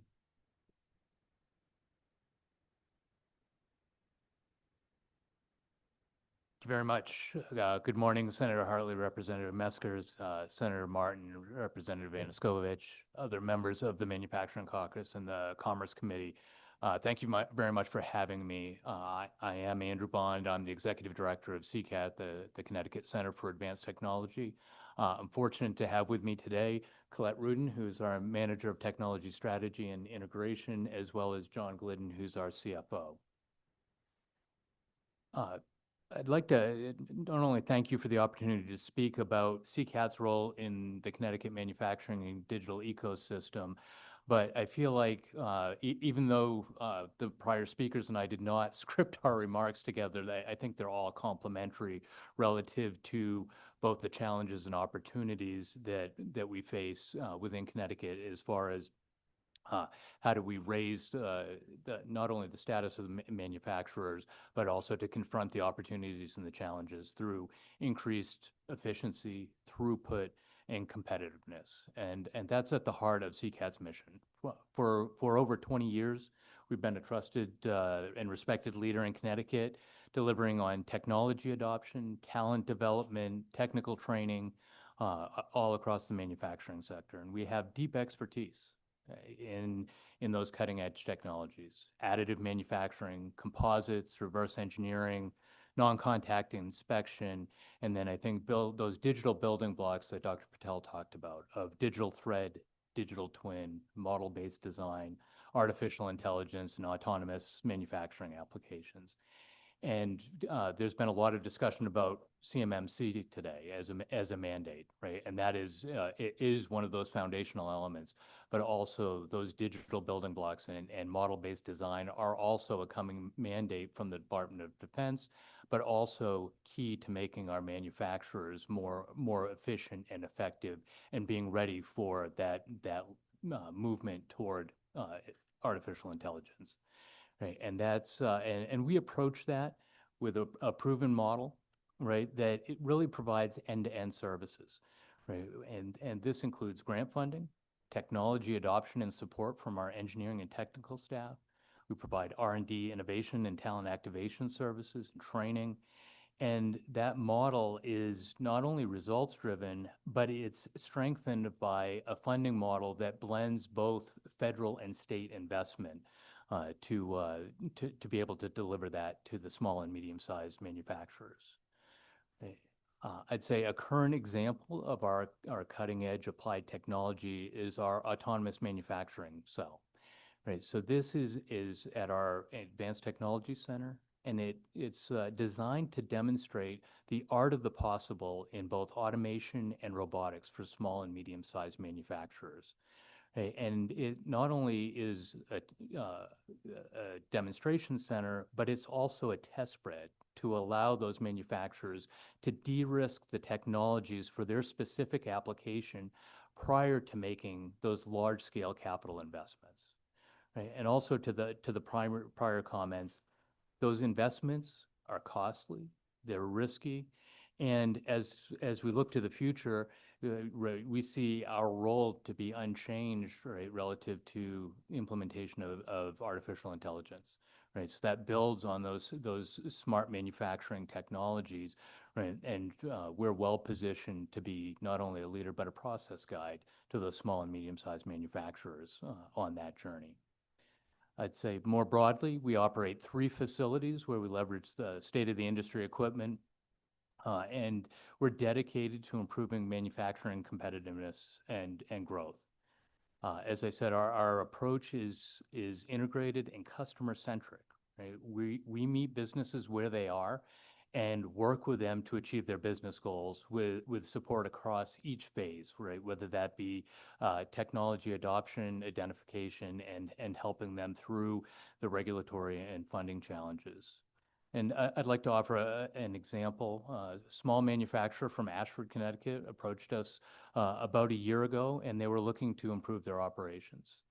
Since that time, right, we've worked together with them, and they've taken advantage of technical training for both additive manufacturing and digital transformation, and used some of the grant programs that we administer for both workforce and cybersecurity.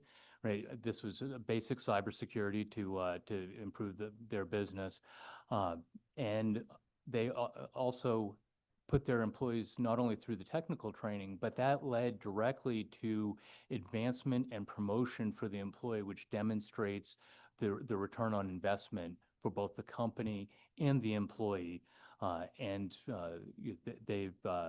They're a shining example of what we're able to do when we have that meaningful engagement with small and medium-sized manufacturers, which replicates itself across the entire state.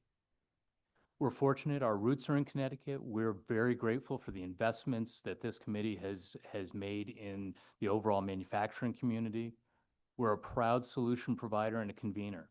Right? We're known for our ability to collaborate both within the state, federally, with academic institutions and private entities, right? And to support the overall manufacturing industry. And we've been able to leverage that reputation and track record to become a Northeast regional leader in helping companies adopt new technologies. And the benefit of that is that has brought amplifying federal investment to the Connecticut manufacturers and the overall ecosystem. Our products and services help position Connecticut's manufacturers all the way from the large OEMs to the smallest manufacturer. And I think the prior speakers have talked about that being an overall continuum. It's not just the large manufacturers, but it's the entire supply chain working together to allow Connecticut to compete in that growing U.S. manufacturing workplace. So if I talk a little bit about the numbers, right, and the impact that we've been able to have, and this is through our technology programming, regional events, training, and administration of the grant funding from the Connecticut Manufacturing and Innovation Fund. During the last fiscal year, right, we were able to train 700 industry employees on those cutting edge technologies. right? We interacted with 500 small and medium-sized manufacturers, and you can see that we're active in all 8 Connecticut counties, right? And since the inception of those grant programs, right, we've awarded $55 million across 10 different grant programs, and you can see there that has generated over $200 million of economic activity and represents about a 3-to-1, as Dr. Patel said earlier, of leverage of those state investments relative to the subsequent private investments. Overall, driving engagement, accelerating technology, centered around that digital technology that ultimately leads to applied AI and a more vibrant manufacturing ecosystem will continue to be our top priorities, and I think we are very well aligned with those that you've heard from prior to me, including Dr. Patel. And I'd just like to thank this committee for your unwavering support over time, right, in being strong advocates of manufacturers within the state, and our work over the last few years in helping facilitate that wouldn't be possible without the support you've provided. Right, so we look forward to working with you throughout this legislative session as a trusted resource and a partner to grow Connecticut's manufacturing workforce. And with that, I'd welcome your questions. I'll kick it off. On a profile basis, the companies you assist, where are they in the developmental chain? And by that, I would define it as venture and venture capital, A and B level funded companies in the private, that are looking towards public listings. So, or are they all ongoing privately held companies in the state of Connecticut or publicly listed? Like, what's the profile of who knocks on the door, who gets assistance? How do you divvy that up? I'll try to answer your question without saying we deal with everyone, right? Because I know that's not necessarily helpful in the spirit. We've operated under multiple models, right? In some cases, we're working with an OEM that says, here's a federal mandate that we're grappling with, and if it's hard for us, that's going to be even harder for our suppliers, right? So that we tailor those programs so that we're able to support that entire value chain. And that in a lot of cases can have a smattering of those different entities as you laid out.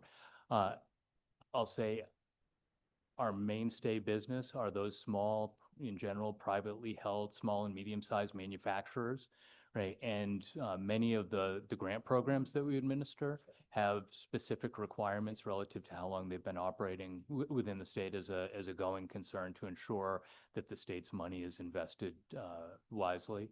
Right, we do have small, as you said, pre-seed companies that come seeking some technology advice. In some cases, they're just looking for a guide to be able to point them in the right direction for whether it be resources or some advice on technology adoption and purchases.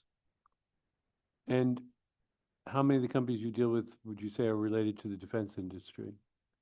I'd say a majority of the companies are defense industry, but we deal with all manufacturers within the state, and including recently, we actually used our additive manufacturing capability to help a small business make molds for their dog biscuit line of business. Right, so we engage with anyone within the state. That's within our mandate that needs help to make their manufacturing business more effective and efficient. Thank you very much. That's my only question. I turn over to my co-chair. Thanks, Andrew. And I think this is the first time you've been with us. Yeah, Yes. How recent are you in the position? So I joined CCAT in June of last year, right? And so I've come aboard working hand in hand with Ron Angelo, our president and CEO, who unfortunately is out of town today, working with our federal partners, or he would have been here as well. Okay, just so I understand. So Ron's still the CEO. Yes. Okay. Yeah, so he apologizes on not being here today, and also Amy Thompson, I know, was shown on the agenda. She unfortunately was not available today as well. She's our Chief Technology Officer. I see. Was the executive director position a new position? Yes, we've grown rapidly as an organization over the last several years, right? And so I was brought on board to help facilitate that growth and to help grow and strengthen our programs. And is that in conjunction with the new facility? That is one piece of it, yes. The new facility is still in, moving from the planning stages and we'll be moving into design shortly. What's the timeline for that? We just did a bonding authorization for Yes. that. Yep, and so we've been in the preliminary stages on both defining the requirements as well as preparing for the land acquisition. And I'd say over the next 2.5 years, we'll be, we aim to be into the new facility. So does that mean there'll be 4 facilities? Or are you going to abandon which? Yeah, we're looking to consolidate our operations into a single facility. Okay, over so time. everything will be in one location. That is, yes, that is the goal. Is that still going to be in East Hartford? Looking in the East Hartford, yes, right now the plan would be to remain in East Hartford. Okay. You referenced the fact that you administer 10 grant programs, one of which is MIF. Grant programs, all funded, most all of them funded through MIF, yes. Okay, so, okay, those grant programs are a subset of MIF. Yes. Yeah, can you just, after the fact, send us that list of grant programs? Absolutely. Yeah, and so are there any that are not under the MIF umbrella? There's a program that has at this point concluded that it was Rev Up, which was through the Office of Workforce Strategy. The rest are MIF programs. And those are determined by the MIF board? Yeah, yes, they are determined and approved by the MIF board, and we are the fiduciary to administer those funds on behalf of MIF. Is one of them the robotics? The first robotics program that Dr. Patel spoke about, no, that is not under our umbrella. Okay. All right. Thanks. Yeah, if you could just share that with us, that would be very helpful. And welcome, Andrew. Look forward to working with you. Appreciate it. Thank you, Mr. Chair. I don't know if this is within my purview, but molds for dog biscuits. Not because I have anything critical to say. I can't think of anything more viscerally basic and probably emblematic of showing at what level your involvement is with, I think what you're talking there is probably small manufacturing to regional entrepreneurs. So I'd encourage for 1 or 2 of those examples that there should be, and it doesn't have to, please don't go to a production company. You should be able to get a 30-second video, and it should go out to us or get it cleared through the agencies. But it would be good to know some of to the extent that people are willing to publicize their involvement with you, how you aided someone in their development of their business. Because I don't know the level of marketing and the accessibility you have in the state. And I'm a big reader, and I'm spend too much time on social media, and I probably don't know all the things I hear in my committee meetings. So I think a couple of your more successful issues might be nice to get them listed in some short videos, posted on your own website or posted through DECD, posted through the I think we need to raise visibility on access. I mean, it sounds both mundane and perfect, a dog biscuit mold. I'm not sure people would even think of going to anyone or how they would have access and you're probably competing with Makerspace, I would think, on things like that. But it's still an issue that we should raise visibility, that we are supporting base level product manufacturing. So I recommend that, give that to consideration. Thank you very much for the comment. And I thank you. I think we're finished. Thank you, Mr. Gold. And now we're on to Anthony Benoit, Eastern Advanced Manufacturing Alliance.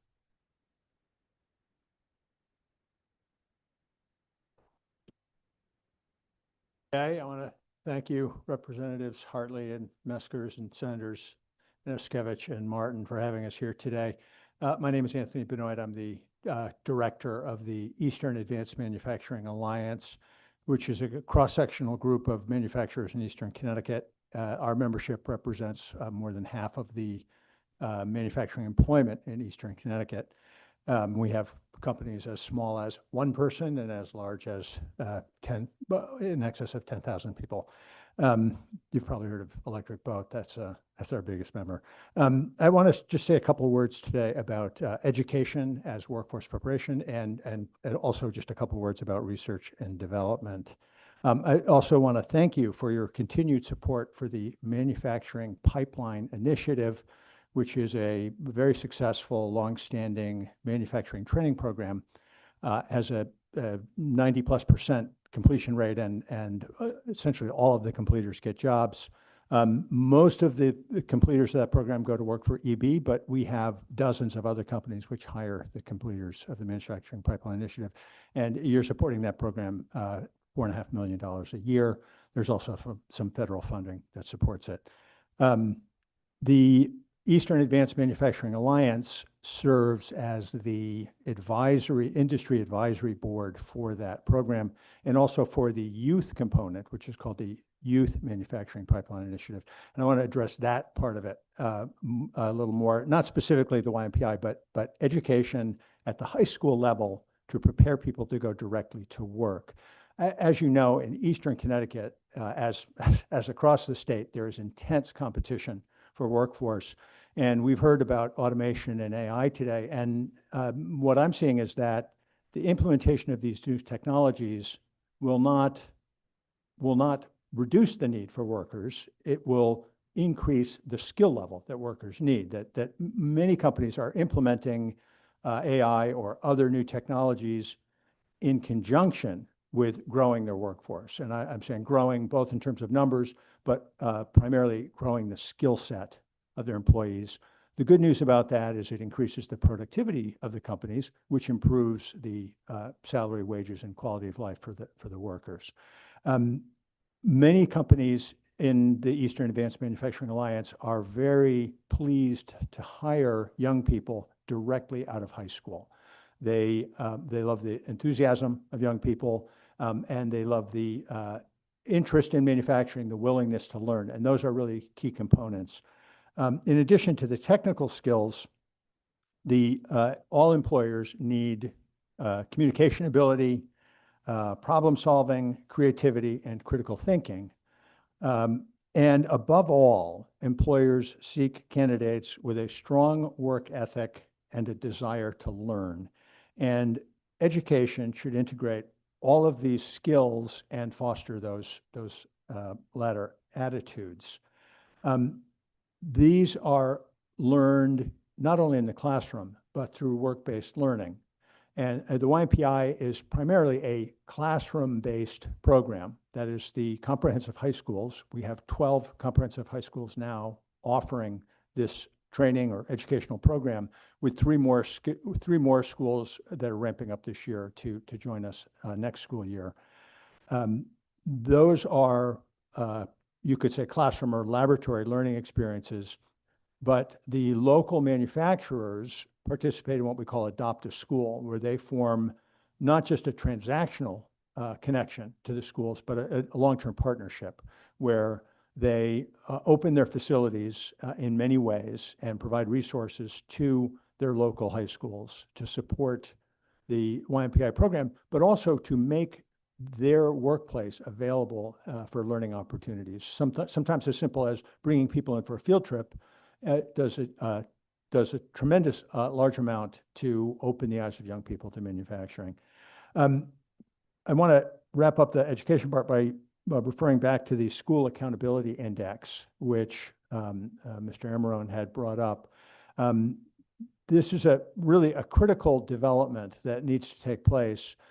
Comprehensive high schools, as we've said earlier, the CTECs are not, they don't have the capacity to serve all the people who are interested in this career-focused education. And the comprehensive high schools, in our experience, are ready and willing to participate, but they are not evaluated. Their success is not evaluated primarily based on their preparing people for work. There's a, I think, rightful emphasis on college as a post-secondary outcome. And Connecticut has some really excellent post-secondary career pathways, particularly at CT State Community College. But we also need to recognize and reward high schools for their good work in preparing young people to go directly to work. I don't think we need to, certainly we're available to give them advice and give them feedback on what they're doing. But I think really a primary step is to say, if you're preparing people to go right to work, we count that as a win, not as a side benefit of what you're doing, but it's really central to your success as a high school. So I would ask that you continue to work with CBIA and the Connecticut Education Association on recalibrating that index. The last thing I would say is about research and development, which is a subject of great interest to Eastern Advanced Manufacturing Alliance members. A couple of years ago, when the federal government had the tax code had reclassified R&D expenses as capital expenses, that I think was probably the single most salient policy issue that our members looked at. They really got fired up about that because it threatened to put their R&D operation out of business. These were operational expenses, not capital expenses, and they couldn't afford to defer the tax relief. The R&D, as you're probably aware, is invention. It's the process that leads to invention. And this occurs day in and day out at all manufacturing firms. Very often, the customer of a firm needs a solution which has not yet been invented. It's not necessarily an entirely new category of thing, but existing technology needs to be adapted to meet the specific needs of a customer. So all manufacturing firms are in the business of invention. They're all doing R&D.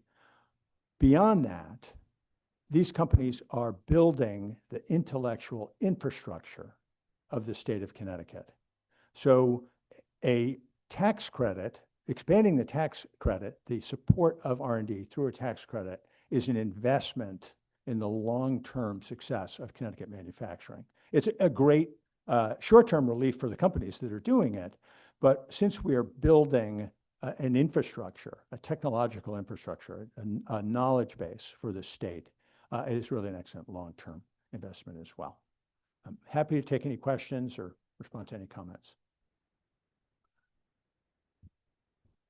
My only complaint about your testimony is I suspect that it's not written.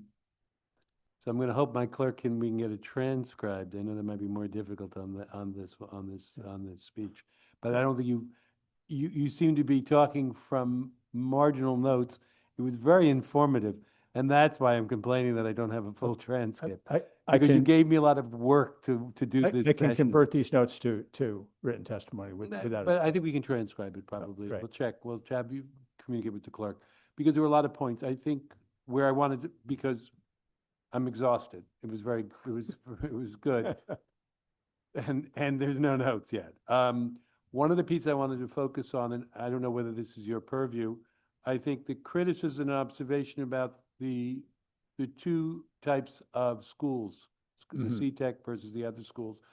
I'd like a concrete suggestion. I don't know whether that should come through you, CBIA, or where, about what would give those schools credit who are doing a dual path, which I understand to be community college, university, as well as into workforce. Right. I'd like to make sure we're giving the proper credit where credit's due, to encourage them to expand those efforts, because as we're talking about manufacturing, as we're talking about careers, with salaries, medium manufacturing salaries, I think if I was paying attention, were 100,000. Right. We've sat and listened to HVAC, and the salaries are through the roof.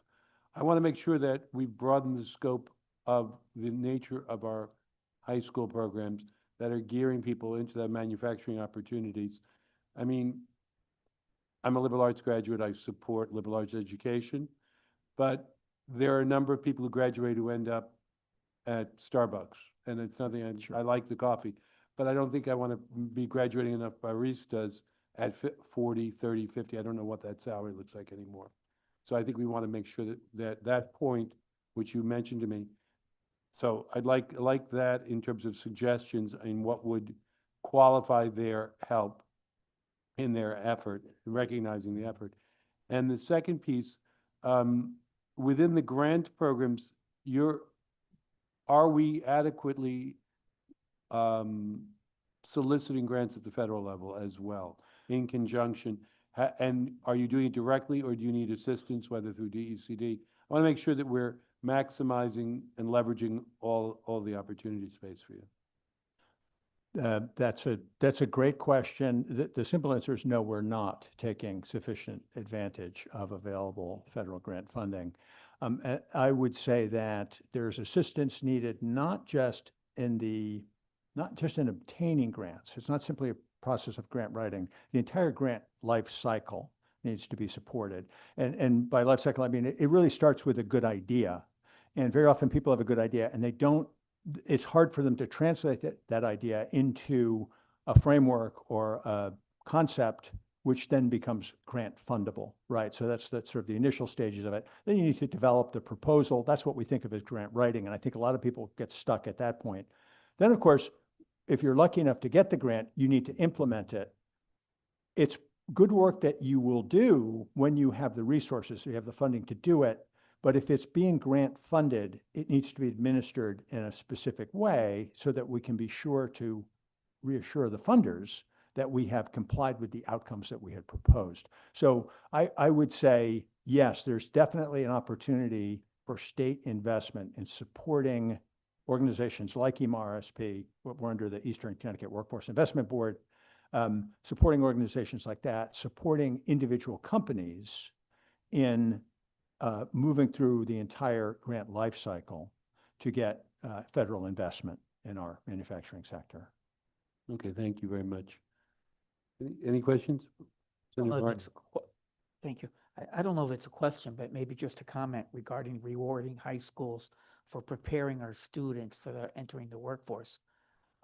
It sounded like you were sort of hinting we should be incentivizing our school systems to providing or producing students that are prepared. I don't exactly agree with that. I think that's their task right now, unless I'm not understanding what you're suggesting. I think incentives can be very nice, but I don't think that's exactly the word that I would use in this case. When we look at a high school and we evaluate the success of that school, we use certain criteria. And to oversimplify it, I'd say now we look at, well, how many of those kids go to college? Well, of course, we look at how many graduate to start with, right? But then what happens next? We overemphasize college attendance, admittance to college, as a criterion for success.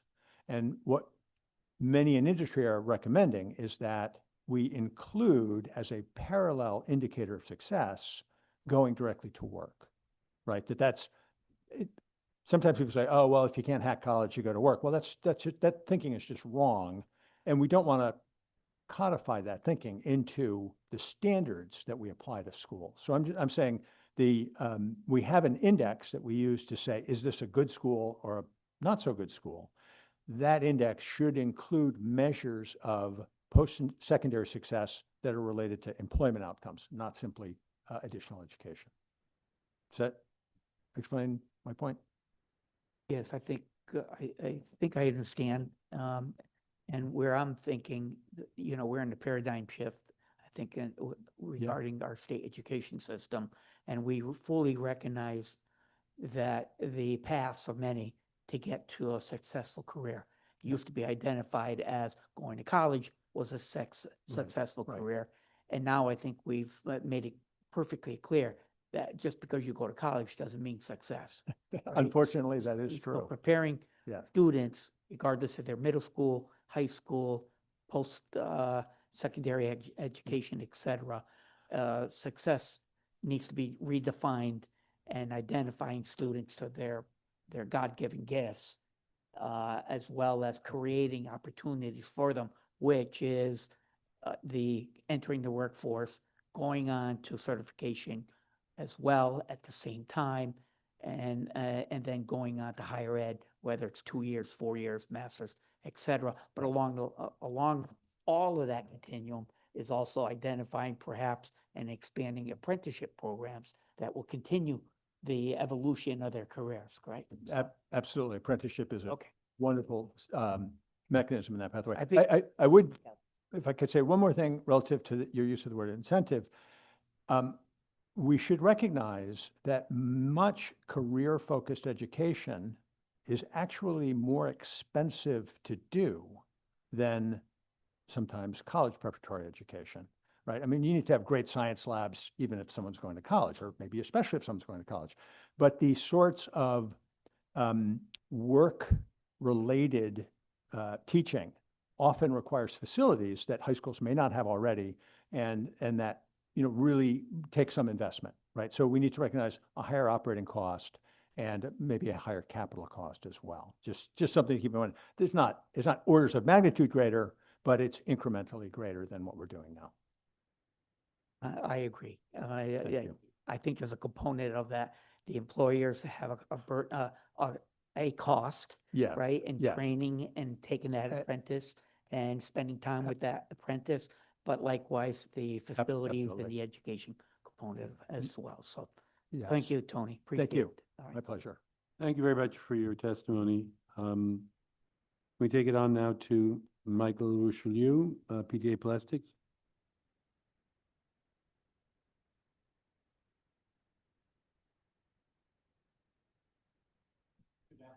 Officially, and you're going through a lot today. So my name is Michael Rochela. I'm the Executive Vice President of PTA Corporation.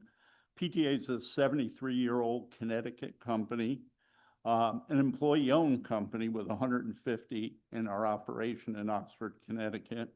And we have a second location in Longmont, Colorado.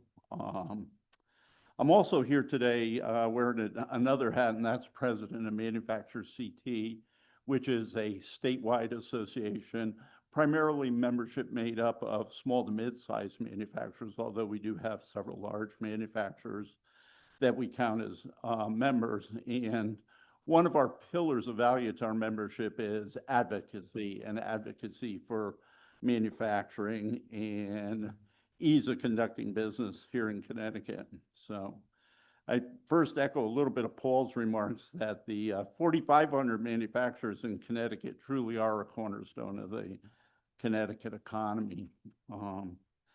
As a manufacturer, my company, and our employees experience the challenges we face every day around our ability to attract and retain workforce, high energy costs, dovetailing in continuously escalating healthcare costs, regulatory burden, and unfunded mandates. So my colleagues and members of Manufacturers CT share these same concerns that we have at PTA. So several things I'd like to bring forth is, one, across our membership and within the manufacturing ecosystem, I believe the legislature cannot underestimate the positive perception and positive impact and the stability that the fiscal guardrails have brought. And I know there's challenges to that every day in session, but as an employer and as a manufacturer and as a company here in Connecticut, that has made it better for us to plan, to expand, to invest, and to continue to do business in Connecticut. So if I could just give you that as one thing to consider, don't underestimate the impact that has across my constituency, which is manufacturers, but probably the state as a whole. The R&D tax credit for pass-through entities, a number of people have come up here. There's not a lot I'm going to add to that, except maybe one that I just made a note as I've been listening. If maybe we can shift the perception that may exist, that that's a tax credit that goes to wealthy business owners, and change that perception to be that that's a credit that is going to people who are taking risk by having a business, who are employing and contributing to the economy. And maybe that feels better as we take a look at that R&D tax credit as a pass-through, that it's really not going in the pockets of wealthy people. It's enhancing the businesses of people who are taking risk to be a business owner. Another item I'd like to touch on, and it's a really challenging issue, and that's energy affordability. And many efforts have been small, incremental, maybe a little bit of feel-good and maybe Band-Aids, and the tough issues on energy are really still out there. You know, renewable wind and solar is great. It's not the ultimate answer. We need to address overcoming the hurdles to bring in natural gas into the state, explore effective ways to install and deploy small modular reactors, and bring nuclear back as a significant contributor to the power grid here. So these are big challenges. They're not easy, and it's something that we need to, as a state, as a legislature, as local municipalities, all of us to make it cost effective for a company like ours. After I take on payroll and healthcare, in the top 5 expenses I have, it's electricity. We need to run machines. You know, that's a huge component of the cost structure that we have here. Next thing I wanted to talk about a little bit was really a legislative focus on the hurdles to career and technical education in the state, and that's moving it out of the VOTEC schools into the comprehensive schools, which a number of my colleagues have touched on. But again, it's extremely fragmented. There's over 200 school districts in the state, and that technical training is often inconsistent, and many times there's duplication of efforts. So and part of that, I think, is because there's just no overarching control of that. So we cede control into each individual school district. Maybe they deliver effectively. There's a lot of resources applied, but what's coming out the back end of that is sometimes not aligned with the needs of employers. So if there's a way that we can reach and break down some of those hurdles, it's the mandated hours schedule on that, the challenges with getting qualified instructors into the school systems to actually deliver qualified young people out the back end of that. A little bit of what Tony talked about, the reward system or the incentive system. I'm not sure that guidance counselors get an A+ on their performance appraisal now for putting people into the manufacturing pipeline. They do get recognized for students going into college. So it's again shifting that paradigm, and it starts maybe in the school system, certainly with parents, and then with the young people. So if we can take a look at approaching career and technical education more holistically, it's somewhat siloed across, ownership is siloed across a number of different agencies. No one has an overarching authority. So we end up applying a lot of resource, but maybe not getting as big a bang for the buck out of those resources. And again, assuring whatever we're doing there, we align curriculum with what the needs of the employers are and make curriculum agile. You know, it's sometimes I vision it as where they say it takes 6 miles to turn an aircraft carrier around. And that's the sort of thing to make changes in curriculum. I have jobs that are going to be there in 2030 that I don't even know the title of today. I know the skill set's going to change, and where am I going to go for that training? So that's where the agility and meeting the needs of curriculum with the employers comes. Another item that across our membership that continues to come up is FMLA and the cost burden to that. And I've talked to legislators that said, well, but the employees, so that's coming out of their pay. The employers aren't paying that. Well, I can tell you at PTA, I've had to cover thousands of hours over the course of 2025 to make up production on that. So when we talk about expanding the reasons to do it, we talk about where it sits from a cost standpoint on that fund. And then we say, okay, well, now the employers are finally going to pay into that. Well, the employers have been sharing cost and have a burden, both logistically, productivity, and financially for that. So that's, in another area we focus on. When you talk about, I have the good benefit of Representative Rochelle is going to pick up, and I believe is going to attempt to introduce a bill that I think can be a huge benefit to manufacturers. So if you can take it under consideration, it's really for the state and our tax code to mirror the federal tax code on qualified production property that came out of the Big Beautiful Bill. And what that does is it's not the state writing a check to anyone. But it's supporting it with an accelerated write-off for organizations that will expand or build or both in Connecticut, and allowing a rapid write-off versus a 39-year write-off now on writing off the construction of that property. And when we take a look at it, one, it would position Connecticut absolutely as the leader. To the best of what I've been able to determine, there's no other state in the country that's taken this up as a cause. So when we talk about a commitment to manufacturing, that's not necessarily writing a check, it's compressing a timeline and maybe some inbound revenue stream, but it's not stroking a check to a company like ours. We're looking right now, we're busting at the seams.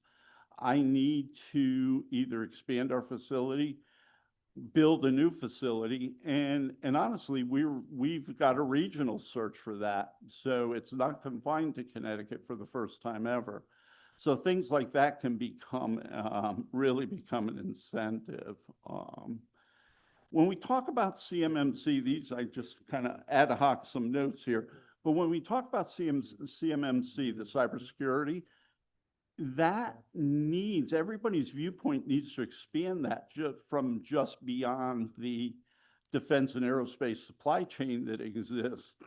Every contract that I get in to review, 80% of our business is medical.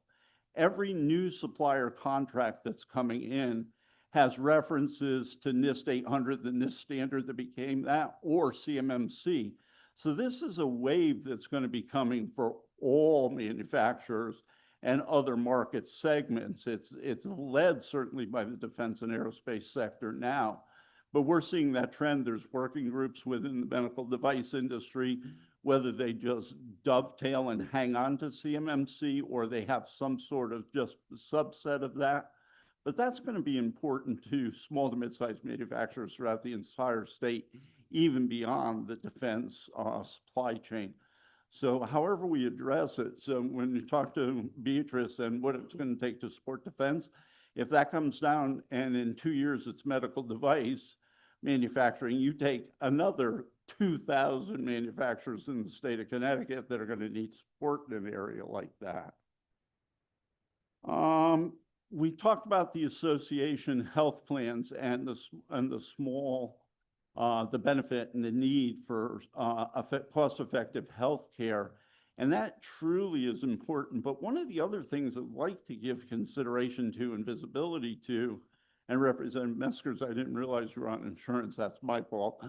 But when we take a look at it, Connecticut ranks number 2 in the country in terms of healthcare mandates, behind Maryland. So when you take a look, PTA took on the risk of going self-insured. We want to be a good employer and a competitive employer in Connecticut. So even though we didn't need to adopt all of those mandates, we significantly adopted those mandates. We can quantify with time the impact on those. And every one of them was probably well thought out, well-intentioned, when each one was added, and then you take a cumulative look at the 38 of them, or I think that's the count now, 38 of them beyond what's there from a federal standpoint, it becomes a big component of expense specifically driven into an employer in Connecticut. On the low end, I think it's Idaho or Iowa has 9 state mandates. So to give you perspective on that, so it's important again about overall competitiveness. So I appreciate the time to talk today and happy to answer any questions or.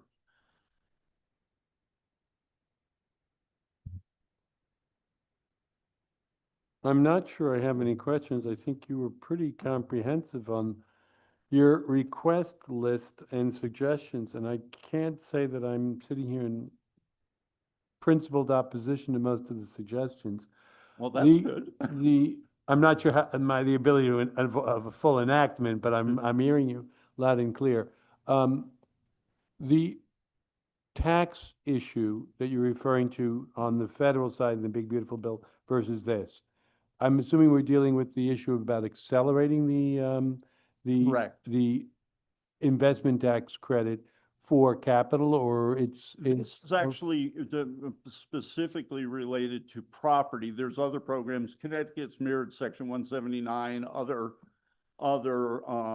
components of the federal tax the code, and is in a very competitive situation actually versus the rest of the country. This one element is called qualified production property.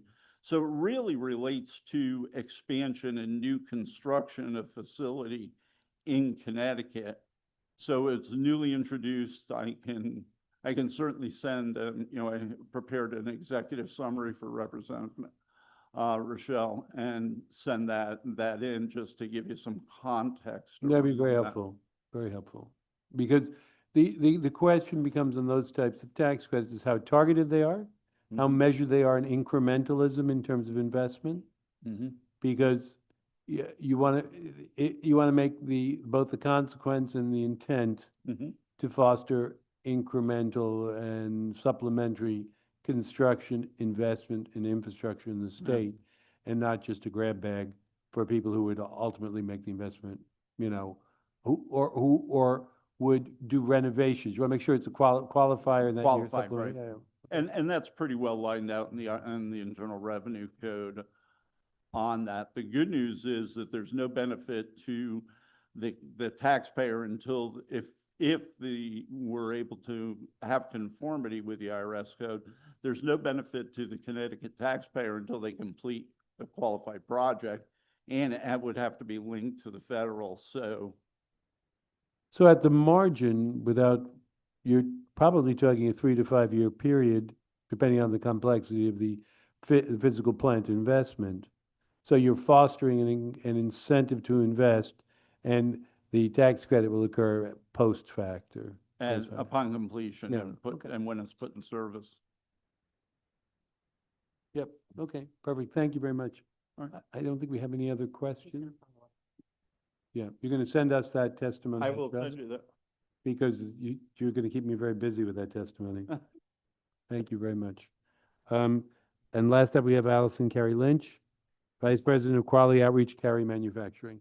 Sorry that we've taken this long, and we are on a tight budget because we're going to have to move on soon, but I appreciate your staying, listening to everyone else, and coming to it matters to us. Thank Super you. important, so please go ahead. Absolutely, and I will try to keep it brief. So my name is Allison Carey Lynch. I am the Vice President at Carey Manufacturing. We are in addition to Carey Manufacturing, I also sit, as you heard, on the ConStep Board of Directors. I am a member of the CBIA Manufacturing Coalition, and I sit on the leadership teams for both the Hartford area and the Middlesex County Regional Sector Partnerships. So I'm pretty involved within this manufacturing ecosystem. But Carey Manufacturing. So Carey is a family and women-owned small manufacturer located in Cromwell, Connecticut. We make fasteners, latches, catches, handles, small metal components that all go into larger assemblies. So you can find our parts anywhere from in a nuclear missile silo to your backyard. So we supply the defense industry, the aerospace industry, transportation, commercial, and frankly, some industries we have no idea. We sell mostly through distribution, so we don't typically sell directly to the major OEMs, although we do supply many of them. Our company is 45 employees, and actually we are 40% women. That's just something that we are very proud of. And I want to thank you guys for the support that you have given towards the manufacturing community. We have taken advantage of as many of the opportunities provided to us, whether it's the MIF fund, working with Constep, or pretty much you name it, we've taken advantage of it. It's been very helpful for us. I could really speak to a lot of the points that were brought up tonight, but I really want to focus specifically on the R&D tax credit. There's a couple of examples I have. I actually have one that's a past that would have helped us, and then one that's in the future for where we're planning on going next. About 10 years ago, we invested $5 million in reshoring 50% of our product line. Long story short, in the early 2000s, we had to send 50% of our products over to China in order to stay competitive. We did not want to do that, but it was a necessity. In 2013, 2014, we decided that we wanted to take the steps to reshore. So we invested, at the time, a full year's revenue to reshore 50% of our products. So when we did that, we actually purchased machines from Trumpf, which is located in the USA headquarters in Farmington. And we were actually able to bring back all of our components that we purchased to Southington Tool in Plantsville, Connecticut. So we were actually, in reshoring, we're able to bring back more money into the state of Connecticut. And in that, we were able to create 10 jobs. But it took a lot. It took us 18 months to fully reshore our very first part. And it took us 3 years to reach 98% reshored. So in this time, especially during those first 18 months, we were making machine payments. We were making, we had positions that we were filling. We were paying salaries, and we were still paying to import these parts from China. So we had money going out everywhere. There were weeks where we weren't sure we were going to make payroll. So having something like a tax credit would have been incredibly helpful for us because it would have just offset some of that stress down the line. It goes back to what I think Tony said, or somebody said about how that this money is not going in to line the pockets of the already wealthy. It's working with companies like us that really could use that extra help. So that happened. I'm sure this isn't going to be retroactive. So let's think about moving forward. You know, our next plan is specifically around tool makers. Without getting too specific, tool makers are a dying breed. I would say the average age of a tool maker in the state of Connecticut is probably over 60. Our tool maker's in his 70s. He is an absolute genius. When we were doing all of this reshoring, he crafted and made all of the tooling that we needed right in our facility. But he's in his 70s. He's, as much as I would love for him to be with us forever, he is going to retire at some point. So we had to come up with a plan because it's not realistic that we're going to hire somebody who has the skills and the talent of a man who's been with us for 40 years and probably has 55 years of experience doing tool making. So what we've decided to do is combine the new with the old. So we're actually looking at additive manufacturing in addition to training somebody under Frank. So the idea is learn what you can from Frank while also having this new junior employee adopt this new technology. So what would go into that? It would be a 3D printer, right? A metal 3D printer. I'm going to estimate some costs here, right? So estimate costs of the machine for this is, I'll say $250,000, right? I've seen anywhere from like 1.2 million to 10,000, but realistically, that's what we would spend. Salary of a junior toolmaker, roughly 50,000. And then other expenses, right? There's engineering, there's tool redesign, there's prototyping, there's scrap. There's things you don't even know about. You know, when we were reshoring, we had to drop a cool $500,000 on a nitrogen generation system that we did not have any intention of doing. So those expenses come up all of the time. So at the end of the day, you're talking about a $500,000 investment estimated in order to bring this back in. We actually are currently starting to work a project with Goodwin Magnet Schools, Rivertech. We've started talking with them about developing a program to help us prototype and help our processes be more efficient.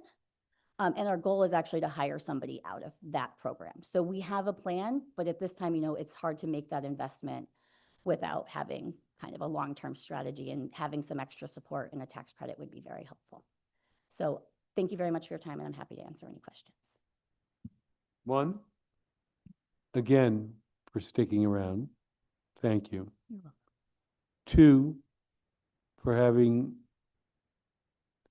the nerve, the gumption, or the risk profile to fund and deal with the reshoring, given you were ahead of the game in many of the ways of where everyone else was still fleeing. You decided to take that credit risk and put your company at risk. And I appreciate that commitment.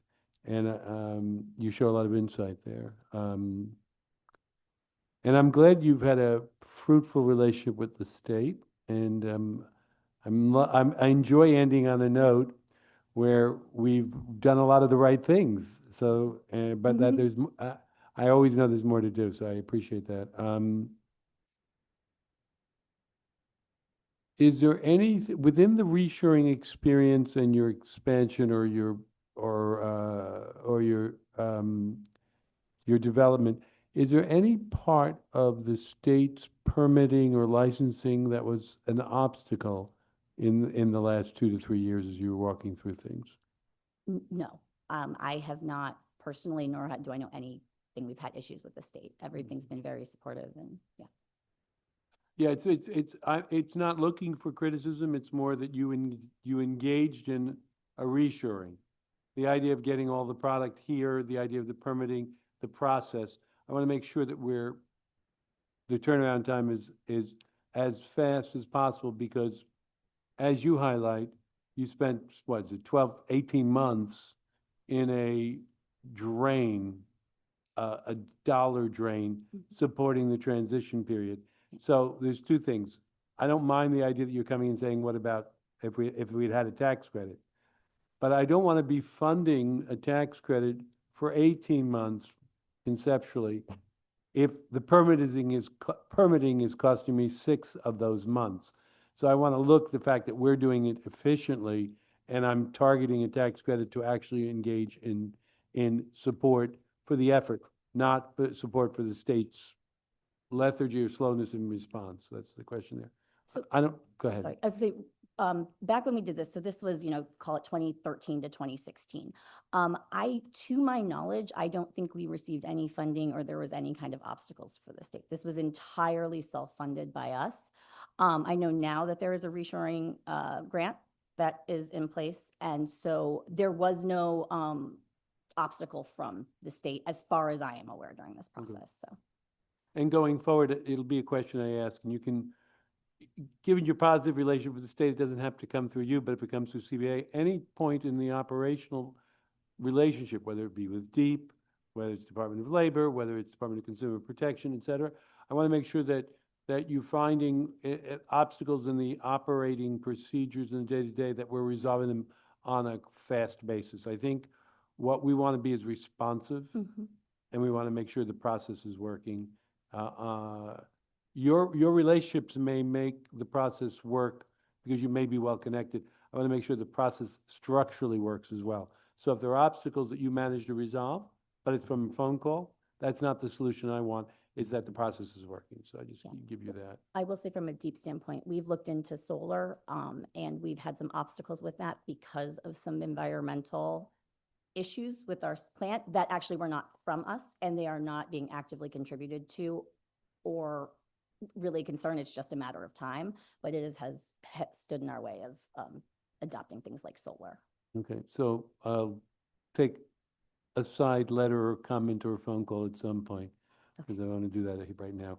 Any questions or comments from our chair? Thank you. Listen, we're way past our bedtime here, and he's supposed to be over on the floor. So let me just very quickly say, this is a nice narrative to end on. And you talked about availing yourself to, a number of state programs. I'm wondering, were they the women and minority programs? Was it the WBDC? It was more on the MIF side. So we've done the MVP grant, which is manufacturing voucher program for some Yep. equipment. Yep. Internship, incumbent worker training, cybersecurity. We haven't taken advantage of any women-owned or women in disadvantaged business.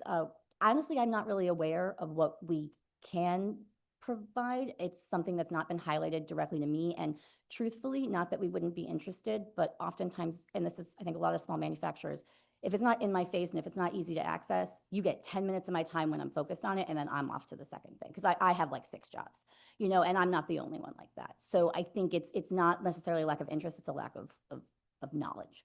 Yeah, and that is our challenge. But thank you so much, Allison, much appreciated. And thanks to all who have participated today. And that concludes our hearing. Thank you all.